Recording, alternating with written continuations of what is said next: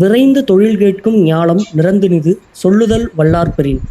புதுதில்லி ஜவஹர்லால் நேரு பல்கலைக்கழகத்தின் மொழி இலக்கிய பண்பாட்டு புலத்தின் இந்திய மொழிகள் மையத்தின் தமிழ் பிரிவு நிகழ்த்தும் மொழியியல் நோக்கு உரைத்தொடர் சீரோடும் சிறப்போடும் செம்மையாக நிகழ்ந்து வருகின்றது.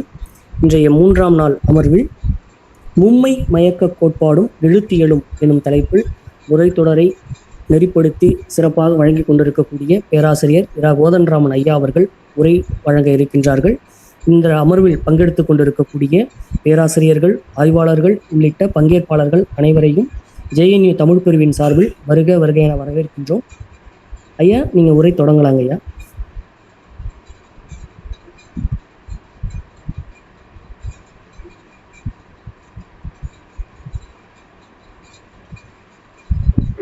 ஐயா, உங்களுடைய ஒளிவாங்கி திறப்பில் இல்ல, மைக்ரோஃபோன். பேசுங்க. இப்ப கேக்குதா? கேக்குதுங்க ஐயா. மும்மை மயக்க கோட்பாடும் தமிழ் எழுத்தியலும் என்ற தலைப்பில் இன்றைய ஆய்வுரை நிகழ்த்தப்படுகிறது. இந்த ஆய்வுரையை தொடங்குவதற்கு முன்பாக ஒரு செய்தியை சொல்லியாக வேண்டும். இந்த மும்மை மயக்கம் என்பது நம்முடைய மரபிலக்கண ஆசிரியர்களும் கூறியிருக்கிறார்கள். உதாரணமாக யா ரா ழா, யா ரா ழா இந்த மூன்றை அடுத்தும் கா சா சா பா இவை இரட்டித்து வழங்கும். உதாரணமாக காய்க்கும் என்பதில் யகரத்தை எடுத்து ககரம் இரட்டித்து வழங்குவதை பார்க்கிறோம். அதே போல் ரா சேர்க்கும், அங்கே ரகரத்தை எடுத்து ககரம் இரட்டித்து வழங்குவதை பார்க்கிறோம். ரகரம் காழ்ப்பு, அங்கே யகரத்தை எடுத்து பகரம் இரட்டித்து வழங்குவதை பார்க்கிறோம். அதே போல இலக்கண ஆசிரியர்கள் கொடுக்கிற எழுத்துக்காட்டு, உரையாசிரியர்கள் கொடுக்கிற எழுத்துக்காட்கள் யா ரா ழா இவை மூன்றையும் அடுத்து வல்லெழுத்துக்கள் இரட்டிக்கும் அல்லது மெல்லெழுத்தும் வல்லெழுத்தும் மயங்கும் ஒரு கூட்டம் நிகழும். அவர்கள் கொடுக்கிற எடுத்துக்காட்டுகள் பதப்புணர்ச்சியை சார்ந்த எடுத்துக்களாகும். உதாரணமாக வேய் கூட்டல் குறை, வேய் குறை, அங்கே யகரத்தை எடுத்து ககரம் இரட்டிக்கிறது. அதே போல் வேர் பிளஸ் குறை, வேர்க்குறை, அதாவது வேரினுடைய குறைபாடு என்று பொருள். வேர்க்குறை யகரத்திற்கு வீழ்குறை, ழகரத்திற்கு வீழ்குறை, வீழ் என்றால் விழுது, விழுது என்று பொருள். வீழ்குறை, விழுது குறைபாடாக உள்ளது என்று பொருள், வீழ்குறை. அதே போல் வெள்ளெழுத்து எடுத்து வல்லெழுத்து யகரத்தை ரகரத்தை யகரத்தை அடுத்து நிகழும் என்பதையும், வேங்கனம், வேர்ங்கனம், வீழ்ங்கனம் அல்லது வேர்ங்குறை, வீழ்ங்குறை, வேய்ங்குறை என நிகழும் என்று குறிப்பிட்ட தொல்காப்பியர் முதலிட்டோர் யா ரா ழா அடுத்து 2 வல்லெழுத்துக்கள் அல்லது ஒரு மெல்லெழுத்து ஒரு வல்லெழுத்து மயங்கி மும்மை மயக்கம் நிகழும் தமிழில் என்று அவர்கள் சொல்லுகிறார்கள். இந்த மும்மை மயக்கம் யா ரா ழா ஆகியவற்றை அடுத்து மட்டும்தான் 2 மெய்கள் மயங்கும். அந்த 2 மெய்களும் யா ரா ழா இதையும் சேர்த்தால் 3 மெய்கள் மயங்கும் என்பது பெறப்படுகின்றது. இதை தாண்டி திராவிட மொழிகளில் சிக்கலை உண்டாக்கக்கூடிய வகையில் சில எழுத்தியல் வினாக்கள் இருந்து கொண்டே இருந்தன. உதாரணமாக தமிழில் வேட்டை என்ற சொல் இருக்கிறது. ஆனால் கன்னடத்தில் அது வேண்டே. தமிழில் வகரமாக இருப்பது கன்னடத்தில் மொழி முதலில் பா என மாறும். அதனால் தமிழில் ஐகாரம் என்பது கன்னடத்தில் ஈற்றில் ஏ என மாறும், எகரமாக மாறும். இந்த அடிப்படையில் வேட்டை என்ற சொல் கன்னடத்தில் வேண்டே என்று மாறும். அது தமிழ சொல்லணும்னா வேண்டே என்று சொல்லலாம். இறுதியில் இருக்கக்கூடிய எகரம் ஐகாரத்தினுடைய பிரிவு. அதே போல் இன்னொரு எடுத்துக்காட்டையும் சொல்லலாம் கன்னடத்திலிருந்து. தமிழில் கோட்டை என்ற ஒரு சொல் காணப்படுகிறது, கோட்டை. இந்த சொல் கன்னடத்தில் கோண்டே, கோ இன் டே, கோண்டே. இப்பொழுது பிரச்சனை என்னவென்றால், ஒப்பீட்டு ஆய்வு நிலையில் கோண்டே கோட்டை, வேண்டே வேட்டை, இந்த சொற்களினுடைய சொல் வடிவம் என்னவாக இருக்கும்? இந்த கேள்வியைத்தான் குமாரசாமி ராஜா 1975 ஒரு ஆய்வரங்கில் எழுப்பினார்கள். மும்மை மயக்கம் என்பது யா ரா ழா ஓடு நிற்கவில்லை. அதை கடந்தும் வேறு சில ஒலிகளும் மும்மை மயக்கங்களாக வருவதற்கு வாய்ப்பு இருக்கிறது என்று ஒரு கோட்பாட்டை அவர் கொண்டு வந்தார். அந்த கோட்பாடுதான் NPP. N என்பது நேசல், நேசல் என்றால் மெல்லெழுத்து. P என்றால் பிளாசி, பிளாசி என்பது வல்லெழுத்து. இன்னொரு P, அதுவும் வல்லெழுத்து தான். NPP கோட்பாடு, இதுதான் மும்மை மயக்க கோட்பாடு என்று சொல்கிறோம். N என்பது மெல்லெழுத்து, PP என்பது வல்லெழுத்து. சுருக்கமா தமிழ்ல சொல்லணும்னா மெலி வலி வலி, NPP. இதை தமிழில் சுருக்கமாக சொல்ல வேண்டும் என்றால் மெலி மெல்லெழுத்து, வலி வல்லெழுத்து, இன்னொரு வலி அதுவும் வல்லெழுத்து. NPP என்பதை தமிழில் மெலி வலி வலி என்று சொல்லலாம். இதை ஒரு கருத்தரங்கில் குமாரசாமி ராஜா அவர்கள் இந்த ஆய்வுரையை படித்தார்கள். அப்போது இந்தியாவில் மிகச்சிறந்த திராவிட மொழியியல் ஆய்வாளர்களாக விளங்கிய PS சுப்பிரமணியம், அண்ணாமலை பல்கலைக்கழகத்தில் மொழியியல் துறையில் அவர் பணியாற்றினார். BH கிருஷ்ணமூர்த்தி, பத்ரிராஜுலு கிருஷ்ணமூர்த்தி என்று அவருடைய முழு பெயர். BH கிருஷ்ணமூர்த்தி என்று சுருக்கமாக வழங்குவார்கள். அவர் இரண்டு பேருமே இந்த கருத்தரங்கில் படிக்கப்பட்ட குமாரசாமி ராஜாவின் கட்டுரையை பெரிதும் வரவேற்று பேசினார்கள். ஏனென்றால் பல காலமாக விடுபட முடியாத ஒரு புதிரை மீட்டுருவாக்கத்தில், எழுத்தியல் மீட்டுருவாக்கத்தில் விடுபட முடியாமல் இருந்த புதிரை இந்த ஆய்வுரை தெளிவுபடுத்துகிறது, மீட்டுருவாக்கம் செய்வதற்கும் வழிவகுக்கிறது என்று அவர்கள் மிகவும் பாராட்டி பேசினார்கள். இதனை அடுத்துத்தான் வேண்டே வேட்டை, கோண்டே கோட்டை, அதேபோல் தெலுங்கில் எடுத்துக்கொண்டாலும் தோண்ட, அது தமிழில் தோட்டம் என்று வழங்குகிறது. தமிழில் வழங்கும் தோட்டம், தெலுங்கில் வழங்கும் தோண்ட, இவற்றின் சொல் வடிவம் எத்தகையது? நிச்சயமாக இவை இரண்டுக்கும் ஒரு சொல் வடிவம் இருக்கிறது. அந்த சொல் வடிவத்திலிருந்துதான் தமிழ் வடிவங்களும் தெலுங்கு வடிவங்களும் தமிழ் வடிவங்களும் கன்னட வடிவங்களும் தோன்றி இருக்க வேண்டும் என்ற முடிவுக்கு வர முடிந்தது. இந்த தொல் வடிவ மீட்டுருவாக்கம் என்பது மும்மை மயக்கத்தை கொண்ட ஒரு மீட்டுருவாக்கம் ஆகும். அதாவது தோட்டம் என்பதில் 2 வல்லெழுத்துக்கள் மயங்குகின்றன.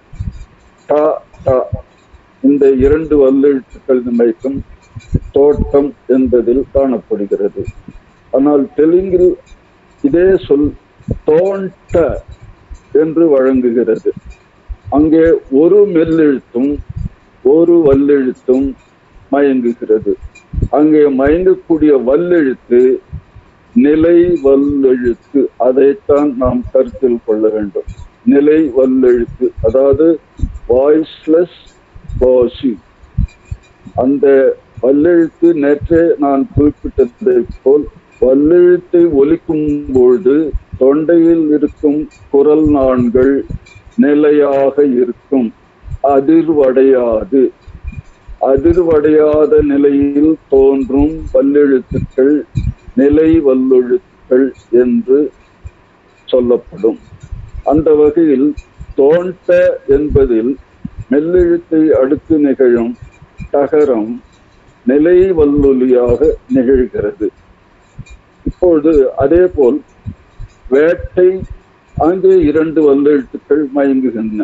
தகரம் மயங்குகிறது, 2 வல்லெழுத்துக்களாகி மயங்குகிறது. ஆனால் கன்னடத்தில் பேண்டே, அங்கே ஒரு மெல்லெழுத்தும் அதனை அடுத்து ஒரு வல்லெழுத்தும் மயங்குகிறது. போண்டே, அங்கே ஒரு மெல்லெழுத்தும் ஒரு வல்லெழுத்தும் மயங்குகிறது. ஆனால் அதற்கு தமிழ் வடிவம் கோட்டை, அங்கே 2 வல்லெழுத்துக்கள் மயங்குகின்றன. இப்படி ஒரு மொழியில் 2 வல்லெழுத்துக்கள் சில சொற்களில் மயங்குகின்றன.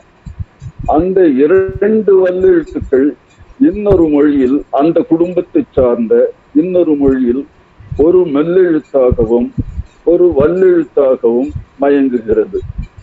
ஆக ஒரு மொழியில் வலி வலி என்ற மயக்கத்தை கொண்டதாக இருப்பது இன்னொரு மொழியில் மெலி வலி என்ற மயக்கத்தை உடையதாக மாறுகிறது.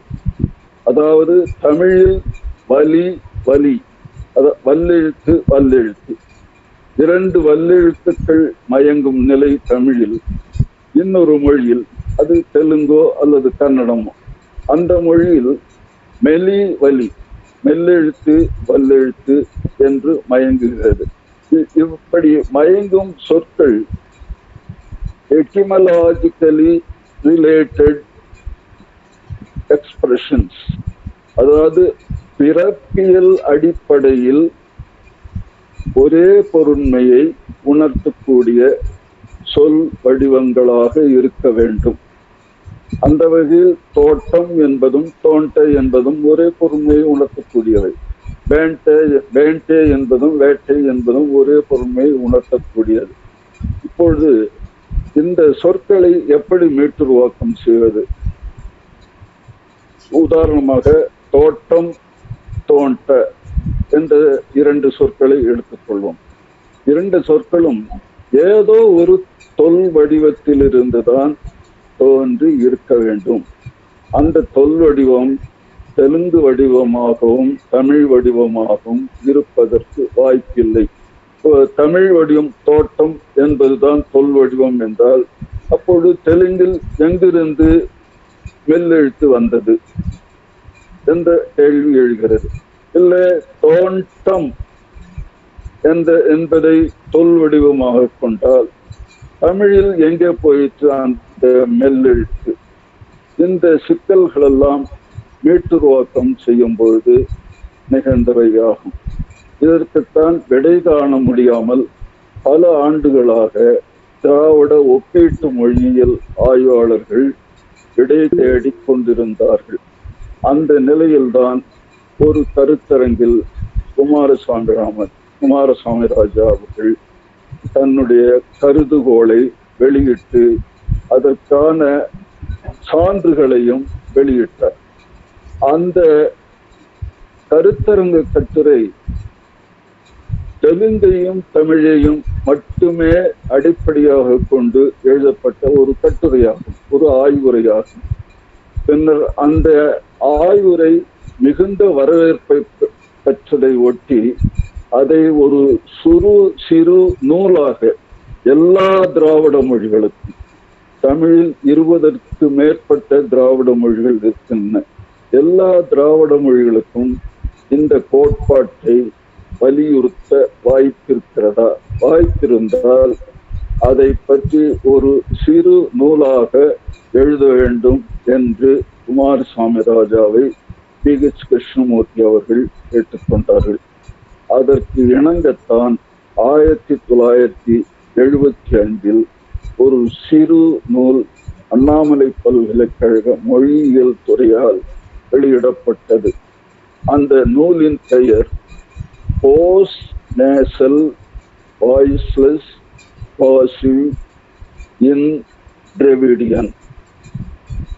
மீண்டும் சொல்கிறேன், போஸ்ட் நேசல் வாய்ஸ்லெஸ் பாசிவ் இன் டிராவிடியன்.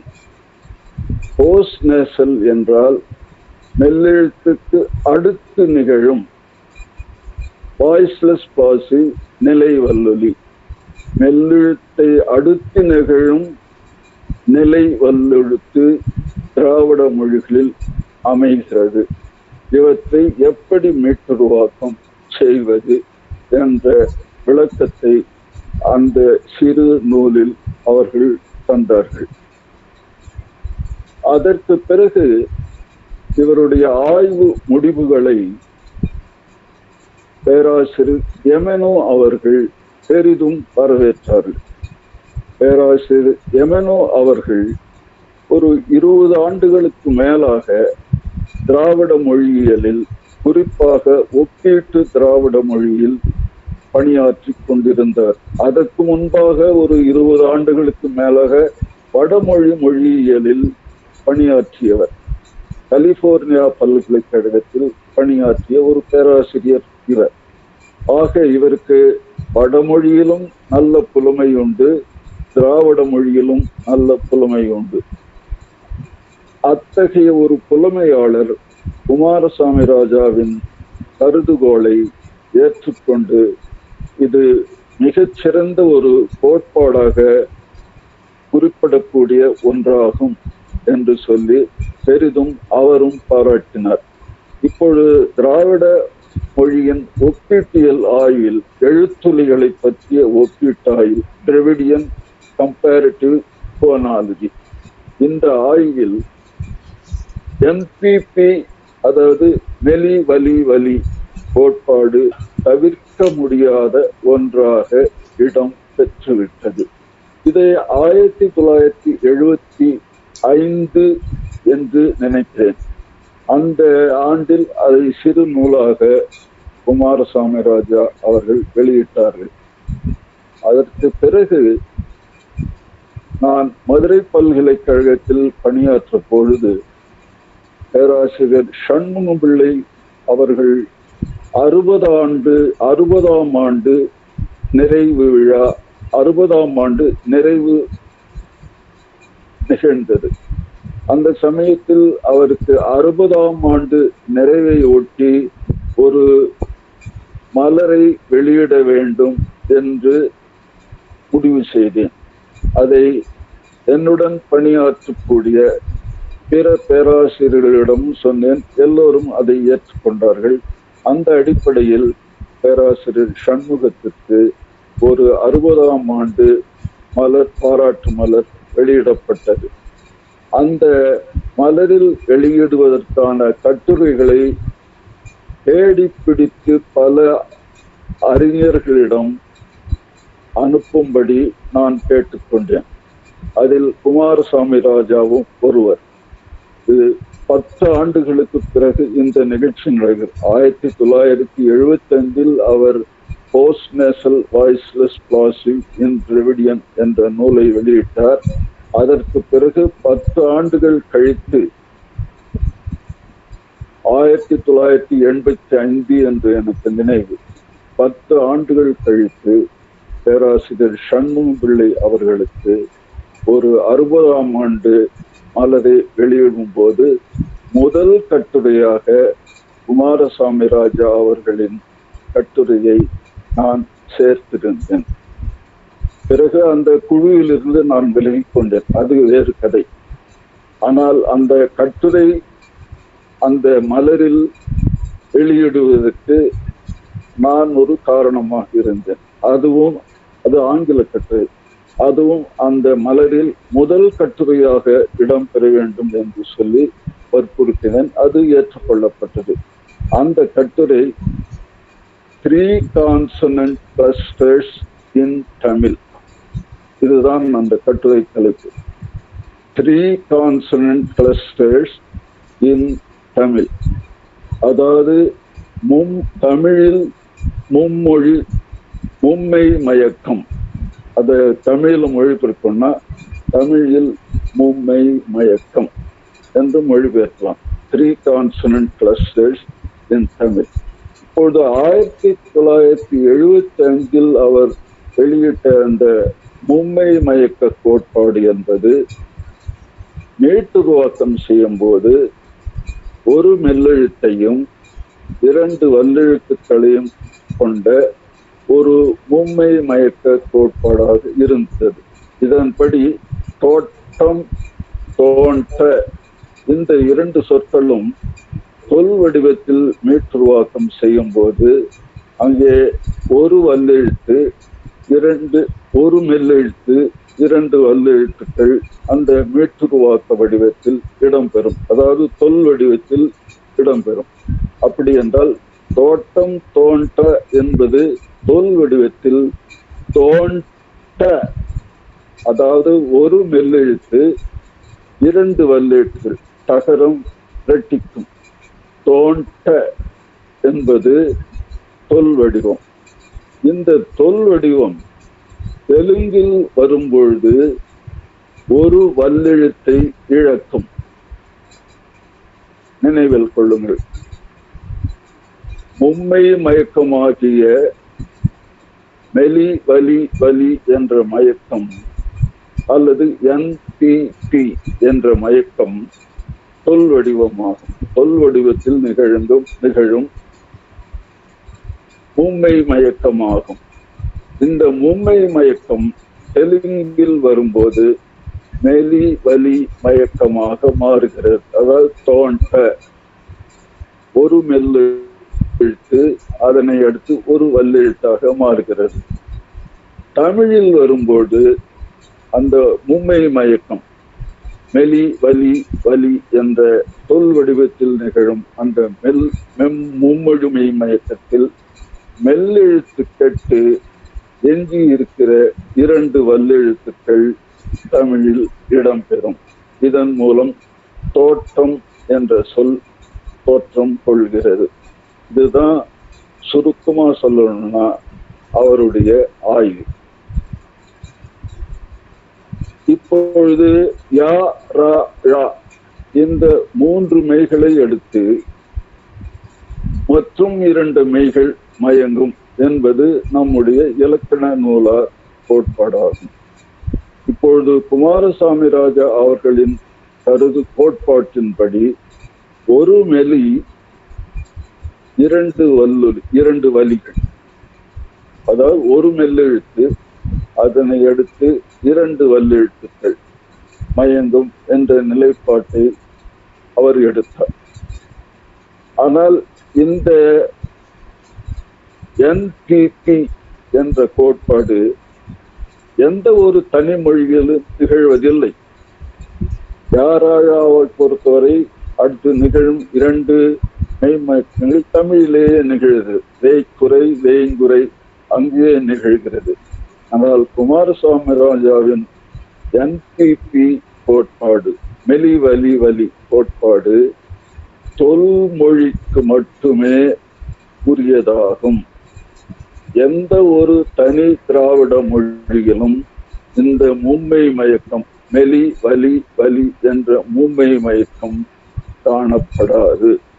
சொல் வடிவத்தில் மீட்டுருவாக்கம் செய்யப்படும் இந்த NPP, மெலி வலி வலி என்ற மெய்மயக்கம் தனி மொழிகளில் வரும்பொழுது ஒரு மொழியில் மெலி வலியாகவும் இன்னொரு மொழியில் வலி வலியாகவும் இடம்பெறும். அதனால் இந்த மெலி வலி வலி என்ற மும்மை மயக்க கோட்பாடு என்பது ஒரு கற்பிதமான ஆனால் அவசியம் கண்டிப்பாக தேவைப்படுகின்ற ஒரு மெய்மயக்க கோட்பாடாகும். தனிமொழியில் இந்த மூன்று மெய்கள் மயங்குவதில்லை.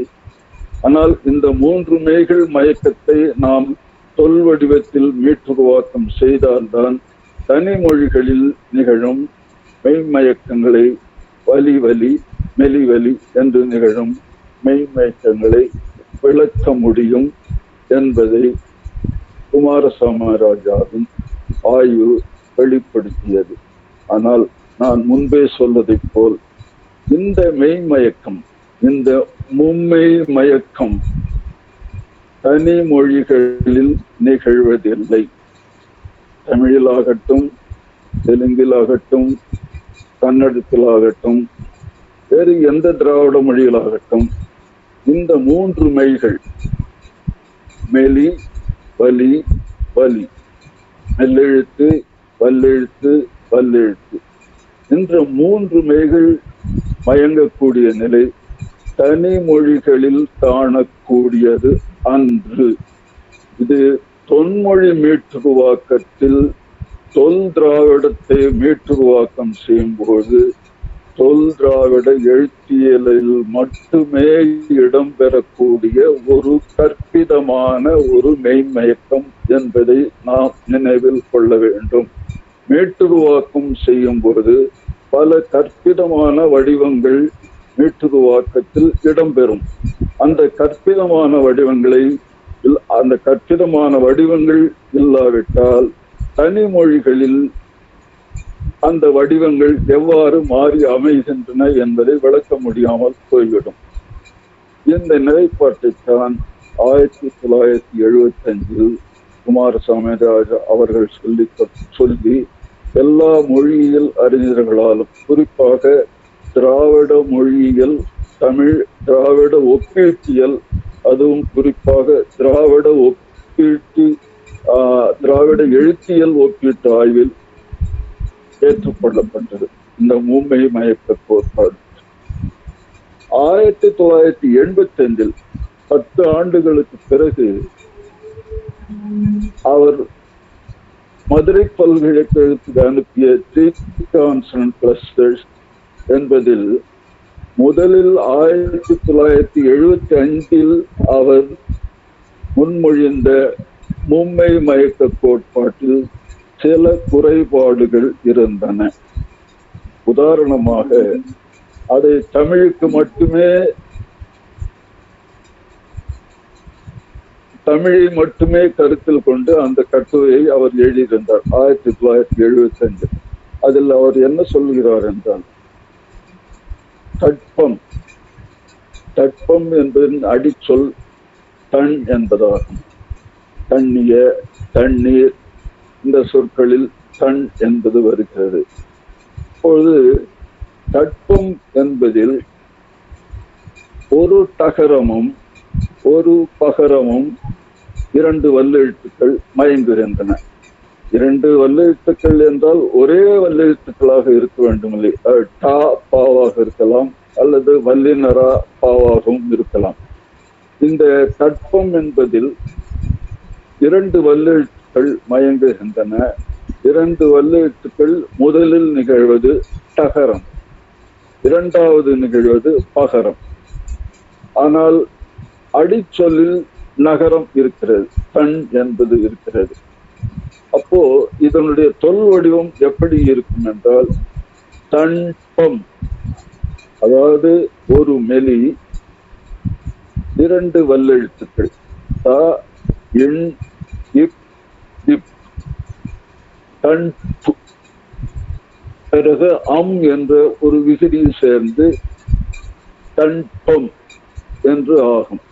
இந்த 1975 கோட்பாட்டின்படி இந்த மும்மை மயக்கத்தில் இருக்கக்கூடிய மெல்லெழுத்து தமிழில் இடம்பெறாது. அந்த கோட்பாட்டில் சொல்லப்படும் மெலி வலி வலி என்ற மயக்கத்தில் நிகழும் மெல்லெழுத்து தமிழில் இடம்பெறாது. அதற்கு மாறாக அந்த கோட்பாட்டில் நிகழும் வலி வலி என்ற மெய்மயக்கம் மட்டுமே இடம்பெறும். ஆனால் மீட்டுருவாக்கம் செய்யும் போது தன்பம் என்றுதான் மீட்டுருவாக்கம் செய்ய வேண்டும். ஏனென்றால் தன் என்ற சொல் பரவலாக திராவிட மொழிகளில் காணப்படுவதால் அதை தவிர்க்க முடியாத ஒன்றாகும். அப்போது தன்பம் என்ற தொல் வடிவத்தில் மீட்டுருவாக்கம் செய்யப்பட்ட அந்த மெய்மயக்கமானது தமிழில் ஒரு மெல்லெழுத்தை இழந்து 2 வல்லெழுத்துக்களை கொண்டதாக இருக்கும். அப்படி என்றால் தமிழில் எப்படி இருக்கும்?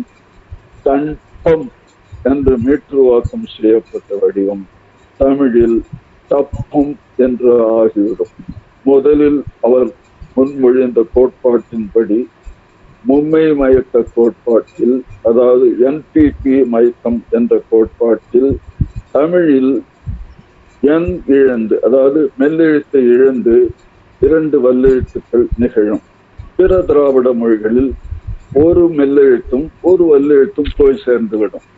ஆனால் தமிழை பொறுத்தவரையில் தன்பம் என்று மீட்டுருவாக்கம் செய்யப்பட்ட ஒரு தொல் வடிவத்தில் நகரம் கெட்டு எஞ்சி இருக்கிற 2 வல்லெழுத்துக்கள் தமிழில் இடம்பெற வேண்டும். அப்படி என்றால் தமிழில் அது தப்பம் என்று இடம் பெற்றுவிடும். அப்பொழுது அந்த கோட்பாட்டில் ஒரு குறைபாடு இருப்பது குமாரசுவாமி ராஜாவுக்கு தெரிய வந்தது. எப்படி NPP தமிழில் PP ஆகும் என்போது தன்பம் என்ற சொல்லில் இருக்கக்கூடிய மெல்லெழுத்து கெட்டால் தமிழில் அது தப்பம் என்று ஆகிவிடும். தப்பம் என்ற சொல் தமிழில் எங்கேயுமே வழங்குவதில்லை. அப்பொழுது அந்த கோட்பாட்டில் ஒரு சிறு மாற்றத்தை, அந்த மாற்றம் முக்கியமான ஒரு மாற்றமாகும். அந்த மாற்றம் என்னவென்றால் தன் இப்பு இப் இந்த 3 மெய்மயக்கமும் ஒரு புணர்ச்சி விதிக்கு உட்படுகின்றது. அது எந்த புணர்ச்சி விதி என்றால், என்ன புணர்ச்சி விதி என்றால், நகரம் தன் என்பதில் முதலில் நிகழும் நகரம், நகரம் நாக்கு வளைந்து அன்னத்தை தொட வேண்டிய நகரம். தமிழ எளிதாக சொல்ல வேண்டுமால் உச்சுழி நகரம், 3 சுழிகளை உடைய நகரம். இந்த நகரம் 2 வல்லெழுத்துக்களின் முன் தகரமாக மாறும். இது ஒரு முக்கியமான உணர்ச்சி விதியாகும். இது மரபிலக்கணத்தில் காணப்படாத ஒரு விதியாகும். ஒரு மெல்லெழுத்து வல்லெழுத்தாக தெரிய வேண்டுமானால் அந்த மெல்லெழுத்தின் முன் 2 வல்லெழுத்துக்கள் இருந்தே ஆக வேண்டும். அப்படி என்றால் நகரத்தின் முன்னர் அல்லது நகரத்தை அடுத்து இரட்டித்த பகரம் நிகழ்கிறது. இந்த இரட்டித்த பகரத்தின் முன் நகரம் தகரமாக திரியும். அந்த நிலையில் 3 வல்லெழுத்துக்கள் மயங்கும் நிலை ஏற்பட்டு விடுகிறது. அதாவது தட்பம், தா இட்டு இப்பு இப்பு.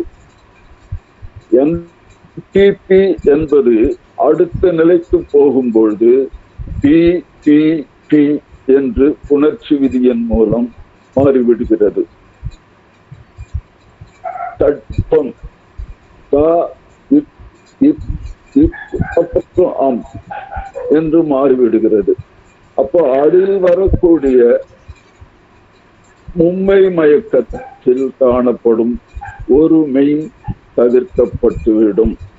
அந்த ஒருமை என்னவென்றால் அந்த வலி வலி என்ற மயக்கம் இருக்கிறது அல்லவா, அந்த வலி வலி அதாவது இரண்டாவது நிகழக்கூடிய, முதலில் நிகழக்கூடிய வல்லெழுத்தை அடுத்து நிகழும் இரண்டு மெய் மயக்கங்களில் ஒரு மெய் கெட்டுவிடும் என்று ஒரு சிறு மாற்றத்தை தம்முடைய ஆய்வில் அவர் மேற்கொண்டார். இதற்கு பிறகு அந்த அவருடைய ஆய்வு செம்மைப்படுத்தப்பட்டு விட்டது. இந்த அடிப்படையில் தான் இன்றைக்கு நாம் தமிழில் மும்மை மயக்க கோட்பாடு என்பது எப்படி செயல்படுகிறது என்பதை பற்றி பார்க்க வேண்டும். தமிழில் மும்மை மயக்கம் என்பது வலி வலி மயக்கமாகத்தான் அமைகிறது. தொல் வடிவத்தில், தொன்மொழி மீட்டுருவாக்க வடிவத்தில் தான் இந்த மெலி வலி வலி என்ற மெய்மயக்கம் இடம்பெறும். ஆனால் தமிழ் என்று வரும்போது அந்த தொன்மொழி மீட்டுருவாக்கம் வலி வலி என்று அமையும். மூன்று மெய்கள் மயங்குவதற்கு எந்த மொழியிலுமே வாய்ப்பில்லை. அப்படி என்றால் தட்பம் என்ற தட்பம் என்பதன் திரிபாகிய தட்பம் என்பதில் இருக்கக்கூடிய இடையில் நிகழும் பகரம் பெற்று தா பா என்பது மட்டும் பயணம் தட்பம் என்று நம்முடைய இயல்பு நிலையில் வழங்குவது போல் தட்பம் என்ற சொல் தோற்றம் கொள்ளும். இந்த மாற்றம் 1985 3 Consonantal States in Tamil என்ற அவருடைய ஆய்வு கட்டுரையில் இடம்பெற்றது. இப்போது இதை அடிப்படையாக கொண்டு தமிழை அணுகுவோம். தமிழில் எந்த நிலையிலும் லகர மெல்லுலியை அடுத்து கவனத்தில் கொள்ளுங்கள். தமிழில் மெல்லுலியை அடுத்து வல்லுலி மயங்கும். ஆனால் அந்த வல்லுலி நிலை வல்லுலியாக இருக்காது. அது அலை வல்லுலியாகத்தான் இருக்கும். உதாரணமாக நான் ஒரு எடுத்துக்காட்டை உங்களுக்கு கொடுக்கிறேன். தமிழில் நண்பு நட்பு என்ற இரண்டு சொற்கள் இருக்கின்றன. திருக்குறளில் இந்த இரண்டு சொற்களும் கையாளப்படுகின்றன. நண்பு நட்பு. இப்பொழுது இதுல ரெண்டு மெய்மயக்கங்கள் இருக்குது. நண்பு என்பதில் ஒரு மெலியும் ஒரு வலியும் மயங்குகிறது. நட்பு என்பதில் இரண்டும் வல்லெழுத்துக்கள், தகரம் பகரம் இரண்டும் வல்லெழுத்துக்கள். ஆனால் முதல் எடுத்துக்காட்டில் நண்பு என்பதில் மெல்லெழுத்தை எடுத்து நிகழும் வல்லெழுத்தானது நிலை வல்லுலி அன்று, நிலை வல்லுலியாக அமைவதில்லை. அது அலை வல்லுலியாக அமைகிறது.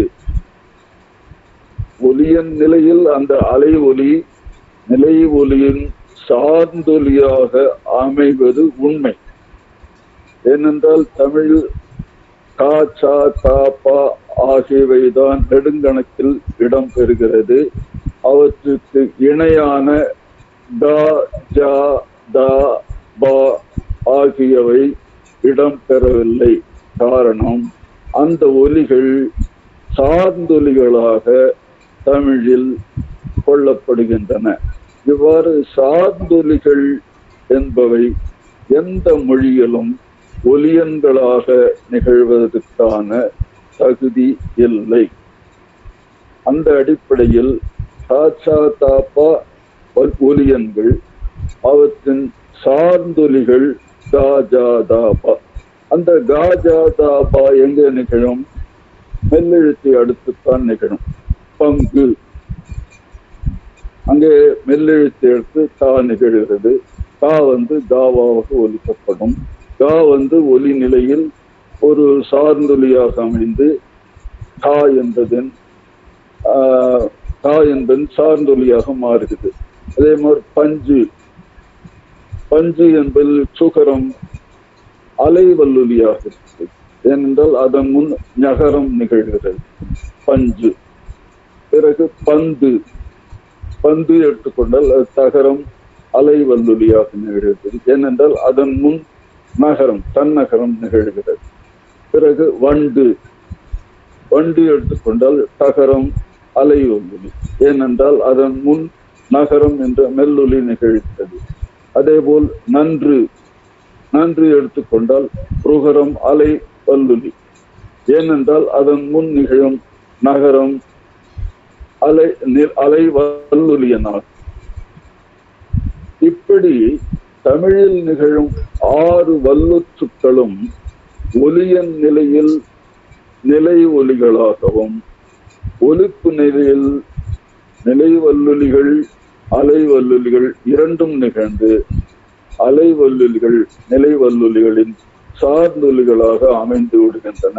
அதனால்தான் இந்த சார்ந்தொலிகள் அலபோன்ஸ் சொல்றது. இந்த சார்ந்தொலிகளுக்கு நெடுங்கணக்கில் இடம் இல்லை. ஏனென்றால் அவை எந்த சூழலில், மொழியில் எந்த சூழலில் ஒலிக்கப்படுகின்றன என்பது திட்டவட்டமாக கணிக்கப்பட்டு விடுவதால் அந்த ஒலிகள் தமிழில் இடம் பெறுவதில்லை. அதனால்தான் தமிழ் இலக்கணவியலார், குறிப்பாக தொல்காப்பியர், அதனை நமக்கு கிடைக்கிற முதல் தமிழ் இலக்கண நூல், அவருக்கு இந்த கோட்பாட்டு தெளிவு நன்கு புரிந்திருந்தது. ஏன் ராஜாதாபாவுக்கு நெடுங்கணக்கில் இடம் கொடுக்கவில்லை என்றால், இந்த ஒலிகள் எல்லாம் தா சா தா பாவின் என்றும் மாறி இவற்றை அடுத்து மட்டுமே நிகழக்கூடியவை. அதனால் இவற்றுக்கு தமிழில் இடம் தேவையில்லை, அதை தமிழ் பேசுபவர்களே நன்கு புரிந்து கொள்வார்கள் என்று சொல்லி தாபாவுக்கு நெடுங்கணக்கில் இடம் அளிக்கவில்லை. இன்றளவும் அதே நிலைப்பாடுதான். இதை கருத்தில் கொண்டு நண்பு, நட்பு ஆகிய சொற்களை நோக்கினால், நண்பு என்பதில் பகரம் அலை வல்லுலியாக இருக்கிறது. ஆனால் அந்த அலை வல்லுலிக்கு தமிழ் நெடுங்கணக்கில் இடம் இல்லை. ஏனென்றால் அந்த அலை வல்லுலியானது பகரமாகிய நிலை வல்லுலியின் சார்ந்தொலியாக அமைந்து விடுகிறது. ஆயினும் நண்பு என்பதில் மெலி வலி மயக்கம் காணப்படுகிறது. இந்த மெலி வலி மயக்கம் என்பது மீட்டுவாக்கம் செய்யும் போதும் அப்படியே மீட்டுவாக்கம் செய்யப்படும். தொன்மொழியில் நண்பு என்பது நிலை வல்லுலியாக மீட்டுவாக்கம் செய்யும். நண்பு என்று மீட்டுவாக்கம் செய்யப்படும்.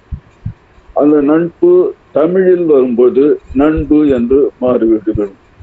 ஆனால் நட்பு, இதை எப்படி தொன்மொழி வடிவத்தில் மீட்டுருவாக்கம் செய்வது? ஆனால் நட்பு என்பதற்கும் நண்பு என்பதன் மீட்டுருவாக்க வடிவமே இருந்தால், நண்பு நட்பு இரண்டு வடிவங்களையும் பிரித்து பார்க்க முடியாமல் போய்விடும். ஒலிப்பு நிலையில் பிரித்து பார்க்க முடியாமல் போய்விடும். ஒன்று நட்பு, இரண்டு வல்லெழுத்துக்கள் மயங்குகின்றன, சகரமும் பகரமும் மயங்குகிறது. இன்னொன்று நண்பு, அங்கே ஒரு மெல்லெழுத்தும் ஒரு வல்லெழுத்தும் மயங்குகிறது. ஆகவே ஒரு மெல்லெழுத்தும் வல்லெழுத்தும் மயங்கக்கூடிய வடிவத்தின் அடிநிலை வடிவத்திலிருந்து ஒரு வல்லெழுத்தும் இன்னொரு வல்லெழுத்தும் நட்பு என்பதும் பெறப்படுவது என்றால் அது இயலாத காரியம். என்றால் இரண்டும் மாறுபட்ட ஒலிப்பு வடிவங்களை கொண்டவை. நண்பு என்பதும் நட்பு என்பதும் மாறுபட்ட வடிவங்களை கொண்டவை. ஆக இந்த நிலையில் நட்பு என்பதை மீட்டுருவாக்கம் செய்யும் போது மும்மை மயக்கம் வரக்கூடிய ஒரு வடிவத்தை மீட்டுருவாக்கம் செய்ய வேண்டும். நண்பு என்பதை மீட்டுருவாக்கம் செய்வதற்கு தேவையில்லை. அதற்கு நகரம் பகரம், தொன்மொழியில் பகரம் நிலை வல்லுதியனாகவே இருக்கும். தொன்மொழியில் ஒரு மெல்லொலியை அடுத்து ஒரு வல்லொலி நிலை வல்லொலியாக இடம் பெற்றால் அது தமிழில் வரும்போது, தமிழில் குறிப்பாக பாருங்க, தமிழிலும் மலையாளத்திலும் வரும்போது அந்த தொன்மொழியில் மீட்டுருவாக்கம் செய்யப்பட்ட மெல்லொலியை அடுத்து மீட்டுருவாக்கம் செய்யப்பட்ட நிலை வல்லொலி அலை வல்லொலியாக திட்டென்றுவிடும். அந்த அலை வல்லொலி நிலை வல்லொலியினுடைய சார்ந்தொலியாக அமைந்துவிடும், நண்பு என்பதில் உள்ளதை போல். ஆனால் நட்பு என்பதை மீட்டுருவாக்கம் செய்யும் போது நண்பு என்பதை மீட்டுருவாக்கம் செய்த வடிவத்தோடு கொண்டு செல்ல முடியாது. அந்த வடிவத்தில் இருந்து நட்பு என்பதை பெற முடியாது. ஆகவேதான் நட்பு என்பதை மீட்டுருவாக்கம் செய்யும் போது நான்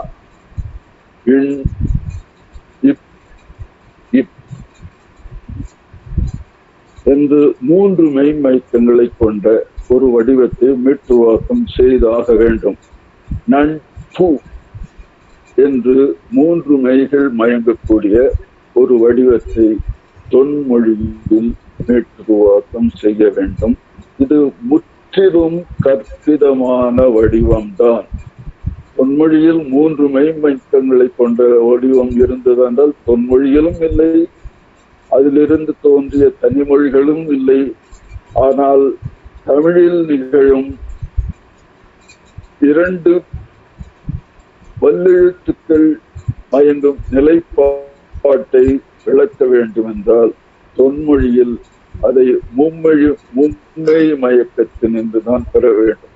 NPP தன் டு த இன் இப் இப், இந்த ஒரு மெலி 2 வலி, இதிலிருந்துதான் நட்பு என்பதை பெற வேண்டும். அப்படி பெறுவதற்கு முன்னால் நான் முன்பே சொன்னதை போல் நட்பு என்பது ஒரு புணர்ச்சி விதிக்கு உட்படுத்தப்படும். அந்த புணர்ச்சி விதி என்னவென்றால், நட்பு என்பதில் இருக்கக்கூடிய நகரம் 2 வல்லுற்றுக்களின் முன் தகரமாக திரியும். திரிந்த பின் NPP என்ற மெய்மயக்கம், அதாவது மெலி வலி வலி என்ற மெய்மயக்கம் உணர்ச்சிக்கு பிறகு வலி வலி வலி என்ற மயக்கமாக மும்மை மயக்கமாக மாறிவிடும். அப்போது 3 வல்லெழுத்துக்களை கொண்ட அந்த வடிவம் தொன்மொழியிலேயே தான் நிகழ்கிறது.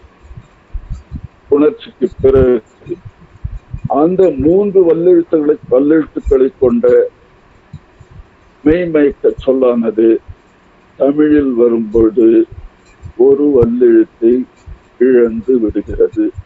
நட்பு நா இட்டு இப்பு இப், இதில் இருக்கக்கூடிய ஒரு வல்லெழுத்தை, அதாவது இடையில் நிகழும் அகரத்தை அது இழந்து விடுகிறது. இந்த நிலையில் புறமொழியில் நாம் இயல்பாக பேசும் புறமொழியில் நிகழும் நட்பு என்ற வடிவம் கிடைக்கிறது. ஆக ஒன்றை நாம் புரிந்து கொள்ள வேண்டும். நட்பு நட்பு என்பதை போன்ற பல வடிவங்கள் தமிழ் இலக்கியங்களில் காணப்படுகின்றன. உதாரணமாக சொல்ல வேண்டுமானால் நன்கு நற்கு தமிழில் காணப்படக்கூடிய வடிவம். நன்கு என்பதை நாம் எல்லோரும் நன்கு அறிவோம். நற்கு என்பது பழைய இலக்கியங்களில் மட்டும்தான் காணப்படுகிறது. அதே போல் எண்கு எட்கு, எண்கு என்பது இயல்பாக தமிழில் நிகழக்கூடிய வடிவம். எண்கு என்றால் கரடி. எட்டு என்ற ஒரு வடிவமும் இலக்கியங்களில் காணப்படுகிறது. அதற்கு பிறகு இன்றைக்கும் வழக்கில் காணலாம், இரும்பு என்ற ஒரு சொல் இருக்கிறது. இரும்பு என்ற சொல் இருப்பு என்றும் மாறிவிடுகிறது. இருப்பு பாதை என்று சொல்லும் பொழுது அங்கு இருப்பு என்ற சொல் வழங்குகிறது. இரும்பு என்ற சொல்லும் இருப்பு என்ற சொல்லும் இரண்டு சொல்லும் தமிழில் ஒரே பொருளைத்தான் குறிக்கும். ஆனால் இருப்பு என்ற சொல் நிகழும் சூழல் வேறு. இருப்பு என்பதை இரும்பு என்பது போல் தனியாக சொல்ல முடியாது. நான் இரும்பு கடைக்கு போனேன், நான் இரும்பு வாங்கினேன் என்று சொல்வதை போல் நான் இருப்பு வாங்கினேன் என்று சொல்ல முடியாது. இருப்பு என்பது இருப்பு பாதை, இருப்பு சட்டி, இது போன்ற சில சூழல்களில்தான், சில வருமொழிகளை அடுத்துத்தான் இருப்பு என்பது நிகழும். அதே போல் வேம்பு. வேம்பு என்பது இயல்பான வடிவம். ஆனால் வேப்பு அது ஒரு குறிப்பிட்ட சூழலில் தான் நிகழும். வேப்பம்பழம், வேப்ப மரம், வேப்பங்காய், வேப்பஞ்செடி, வேப்பங்கன்று, இதை போன்ற சூழல்களில் தான் வேப்பு என்ற சொல் நிகழும். வேம்பு என்பது இயல்பாக நிகழும். வேப்பு என்பது வேறு சூழல்களில் நிகழக்கூடிய வடிவமாகும். அதே போல் கரும்பு என்ற சொல்லை எடுத்துக்கொண்டு கரும்பு. ஆனால் சாறு என்ற சொல் கரும்பு என்பதோடு புணரும் போது என்ன ஆகிறது? கருப்பஞ்சாறு. அங்கே அம்சாரி வந்துவிடு. கருப்பு அம் சாறு. அம் சாறு என்பது அஞ்சாறு என்று மாறிவிடுகிறது. கருப்பஞ்சாறு. இப்படி தமிழில் இயல்பாக வழங்கும் ஒரு வடிவம், அதற்கு பிறகு குறிப்பிட்ட சூழல்களில் மட்டுமே நிகழும் இன்னொரு வடிவம். இரண்டிற்கும் பொருள் ஒன்றேதான். இதேபோல் வெம்பு. வெம்பு என்ற சொல்லை எடுத்துக் கொள்ளுங்கள். வெம்பு என்றால் வெப்பத்தால் வெம்பக்கூடிய சொல். வெப்பம் என்ற சொல்லும் தமிழில் காணப்படுகிறது. வெப்பம் என்ற சொல்லின் அமைப்பு வெப்பு கூட்டல் அம் என்பதாகும். வெப்பு கூட்டல் அம், வெப்பம். வெம்பு என்று சொல் ஒரு வினைச்சொல்லாக இருந்தாலும் அது வெப்பு என்றனுடைய பொருண்மையோடு தொடர்புடைய ஒரு சொல். மறுபடியும் சொல்ல வேண்டும் என்றால், வெப்பு என்பது தனியாக நிகழும் போது வெப்பத்தின் காரணமாக உடலில் நிகழும் ஒரு வகை நோய். வெப்பு நோயும் குருவும் தொடர என்ற ஒரு வாக்கிய தொடர் இலக்கியத்தில் காணப்படுகின்றது. அங்கே வெப்பு நோய் என்பதால், வெப்பு என்பதற்கு வெப்பத்தால் தோன்றி நிகழும் ஒரு வகையான நோய். அப்போது வெம்பு என்பதும் வெப்பு என்பதும் ஒரே பொருண்மையாகிய இரண்டு வடிவங்கள் காணப்படுகின்றன. இப்படி வரக்கூடிய வடிவங்களை எல்லாம் எப்படி மொழியில் ஆராய்வது? இது ஒரு முக்கியமான கேள்வி. உதாரணமாக வேம்பு, வேப்பு என்பதை எடுத்துக்கொள்வோம். வேம்பு என்பதை தொன்மொழிக்கு மேற்றுவாக்கம் செய்யும் போது வே இன் நிலை வல்லுலி பா என்று மீட்டு தொன்மொழியில் வேம்பு என்று அமைந்துவிடும். அது தமிழுக்கு வரும்போது அந்த பகரம் பகரமாக மாறிவிடும், வேம்பு என்று மாற்றிவிடும். ஆனால் வேப்ப மரம், வேப்பஞ்செடி, வேப்பம்பழம் இவற்றில் நிகழும் வேப்பு என்பதை எப்படி மீட்டுருவாக்கம் செய்வது? வேம்பு என்பதில் மகரம் ஏற்கனவே இருப்பதை நாம் பார்க்கிறோம். இந்த மகரம் வேப்பு என்பதில் நிகழ்ந்தாக வேண்டும். அப்படி என்றால் தொன்மொழியில் வேம்பு மகரம், அதை அடுத்து இரண்டு பகரங்கள், மூன்று மெய்கள் மயங்கக்கூடிய ஒரு தொன்மொழி வடிவத்தை மீட்டுருவாக்கம் செய்ய வேண்டும். இந்த தொன்மொழி வடிவம் வேம்பு என்று அமையும். இந்த வேம்பு என்பதில் மகரம் முதலில் நிகழும் மெல்லெழுத்தாகும். அதை அடுத்து பகரம் இரட்டித்து நிகழ்கின்றது. இது எப்படி தமிழில் நிகழும் வேப்பு என்று மாறுகிறது? இங்கேதான் மகரம், மும்மை மயக்கத்தில் நிகழும் மகரம் ஒரு புணர்ச்சி விதியின் அடிப்படையில் அதனை அடுத்து வரும் இரண்டு வல்லுற்றுக்களின் முன் பகரமாக திரிந்து விடுகிறது. இதுவும் தொன்மொழியிலேயே நடக்கக்கூடிய மாற்றம்தான். வேம்பு என்ற மும்மை மயக்கம், மகரம் பகரம் பகரம், இந்த மூன்று மெய்கள் தொன்மொழியில் மேற்றுவாக்கம் செய்யப்பட்டு தொன்மொழியிலேயே ஒரு புணர்ச்சி விதியின் மூலம் அந்த மகரம் இரண்டு வல்லொற்றுக்களை அடுத்து பகரமாக திரிந்து மூன்று வல்லெழுத்தை உடைய மயக்கங்களாக மாறி விடுகின்றன. வேப்பு வேப்பு என்ற வடிவம் கிடைக்கிறது. வேப்பு என்ற வடிவம் தனி மொழியில் மூன்று மெய்மயக்கங்களோடு நிகழ்வதற்கு வாய்ப்பில்லை. இந்த நிலையில் அதில் இருக்கும் ஒரு வல்லெழுத்தை நாம் தனி மொழியில் கொண்டு வரும்போது தவிர்த்து விட வேண்டும். தனி மொழியில் வரும்போது வேப்பு என்று இரண்டு மெய்மயக்கங்களை உடைய ஒரு சொல்லாக அமைகிறது. இப்படித்தான் மூன்று மெய்மயக்கங்களை கொண்ட சொல் தொன்மொழியில் மீட்டுருவாக்கம் செய்யப்பட்டு அதில் மெல்லெழுத்து, முதலில் நிகழும் மெல்லெழுத்து சந்தி விதிகளுக்கு உட்பட்டு மூன்று வல்லெழுத்துக்களை கொண்ட வடிவமாக தொன்மொழியில் அமைகிறது. ஆக தொன்மொழியில் இரண்டு வடிவங்கள், இரண்டு மும்மை மயக்கங்களை நாம் பார்க்கிறோம். ஒன்று மெலி, வலி, வலி. இதுதான் அடிநிலை அமைப்பு. அந்த அடிநிலை அமைப்பு தொன்மொழியிலேயே வலி வலி வலி என்று மாறிவிடுகிறது. ஏனென்றால் மெல்லொலி அதனை அடுத்து வரும் இரண்டு வல்லொலிகளின் முன் இதுவும் வல்லொலியாக மாறிவிடுகிறது. அப்படி மாறும் பொழுது தொன்மொழியிலேயே வலி வலி வலி என்ற மும்மை மயக்கம் தோன்றிவிடுகிறது. இந்த மும்மை மயக்கம் தனி மொழிகளில் வரும்போது அங்கே நிகழ்வதற்கு வாய்ப்பில்லை. அந்த நிலையில் ஒரு மெய் தவிர்க்கப்படுகிறது. இந்த மெய்யானது அடிப்படையில் இடையில் நிகழும் வல்லொலியாகத்தான் இருக்கும். இதைத்தான் குமாரசாமி ராஜா தன்னுடைய இரண்டாவது கட்டுரையில் 1985 பேராசிரியர் சண்முகம் பிள்ளை அவர்களுக்கு வெளியிட்ட பாராட்டு விழா மலரில் அவர்கள் வெளிப்படுத்தி இருந்தார். இது முக்கியமான ஒரு திருத்தம் என்றுதான் சொல்ல வேண்டும்.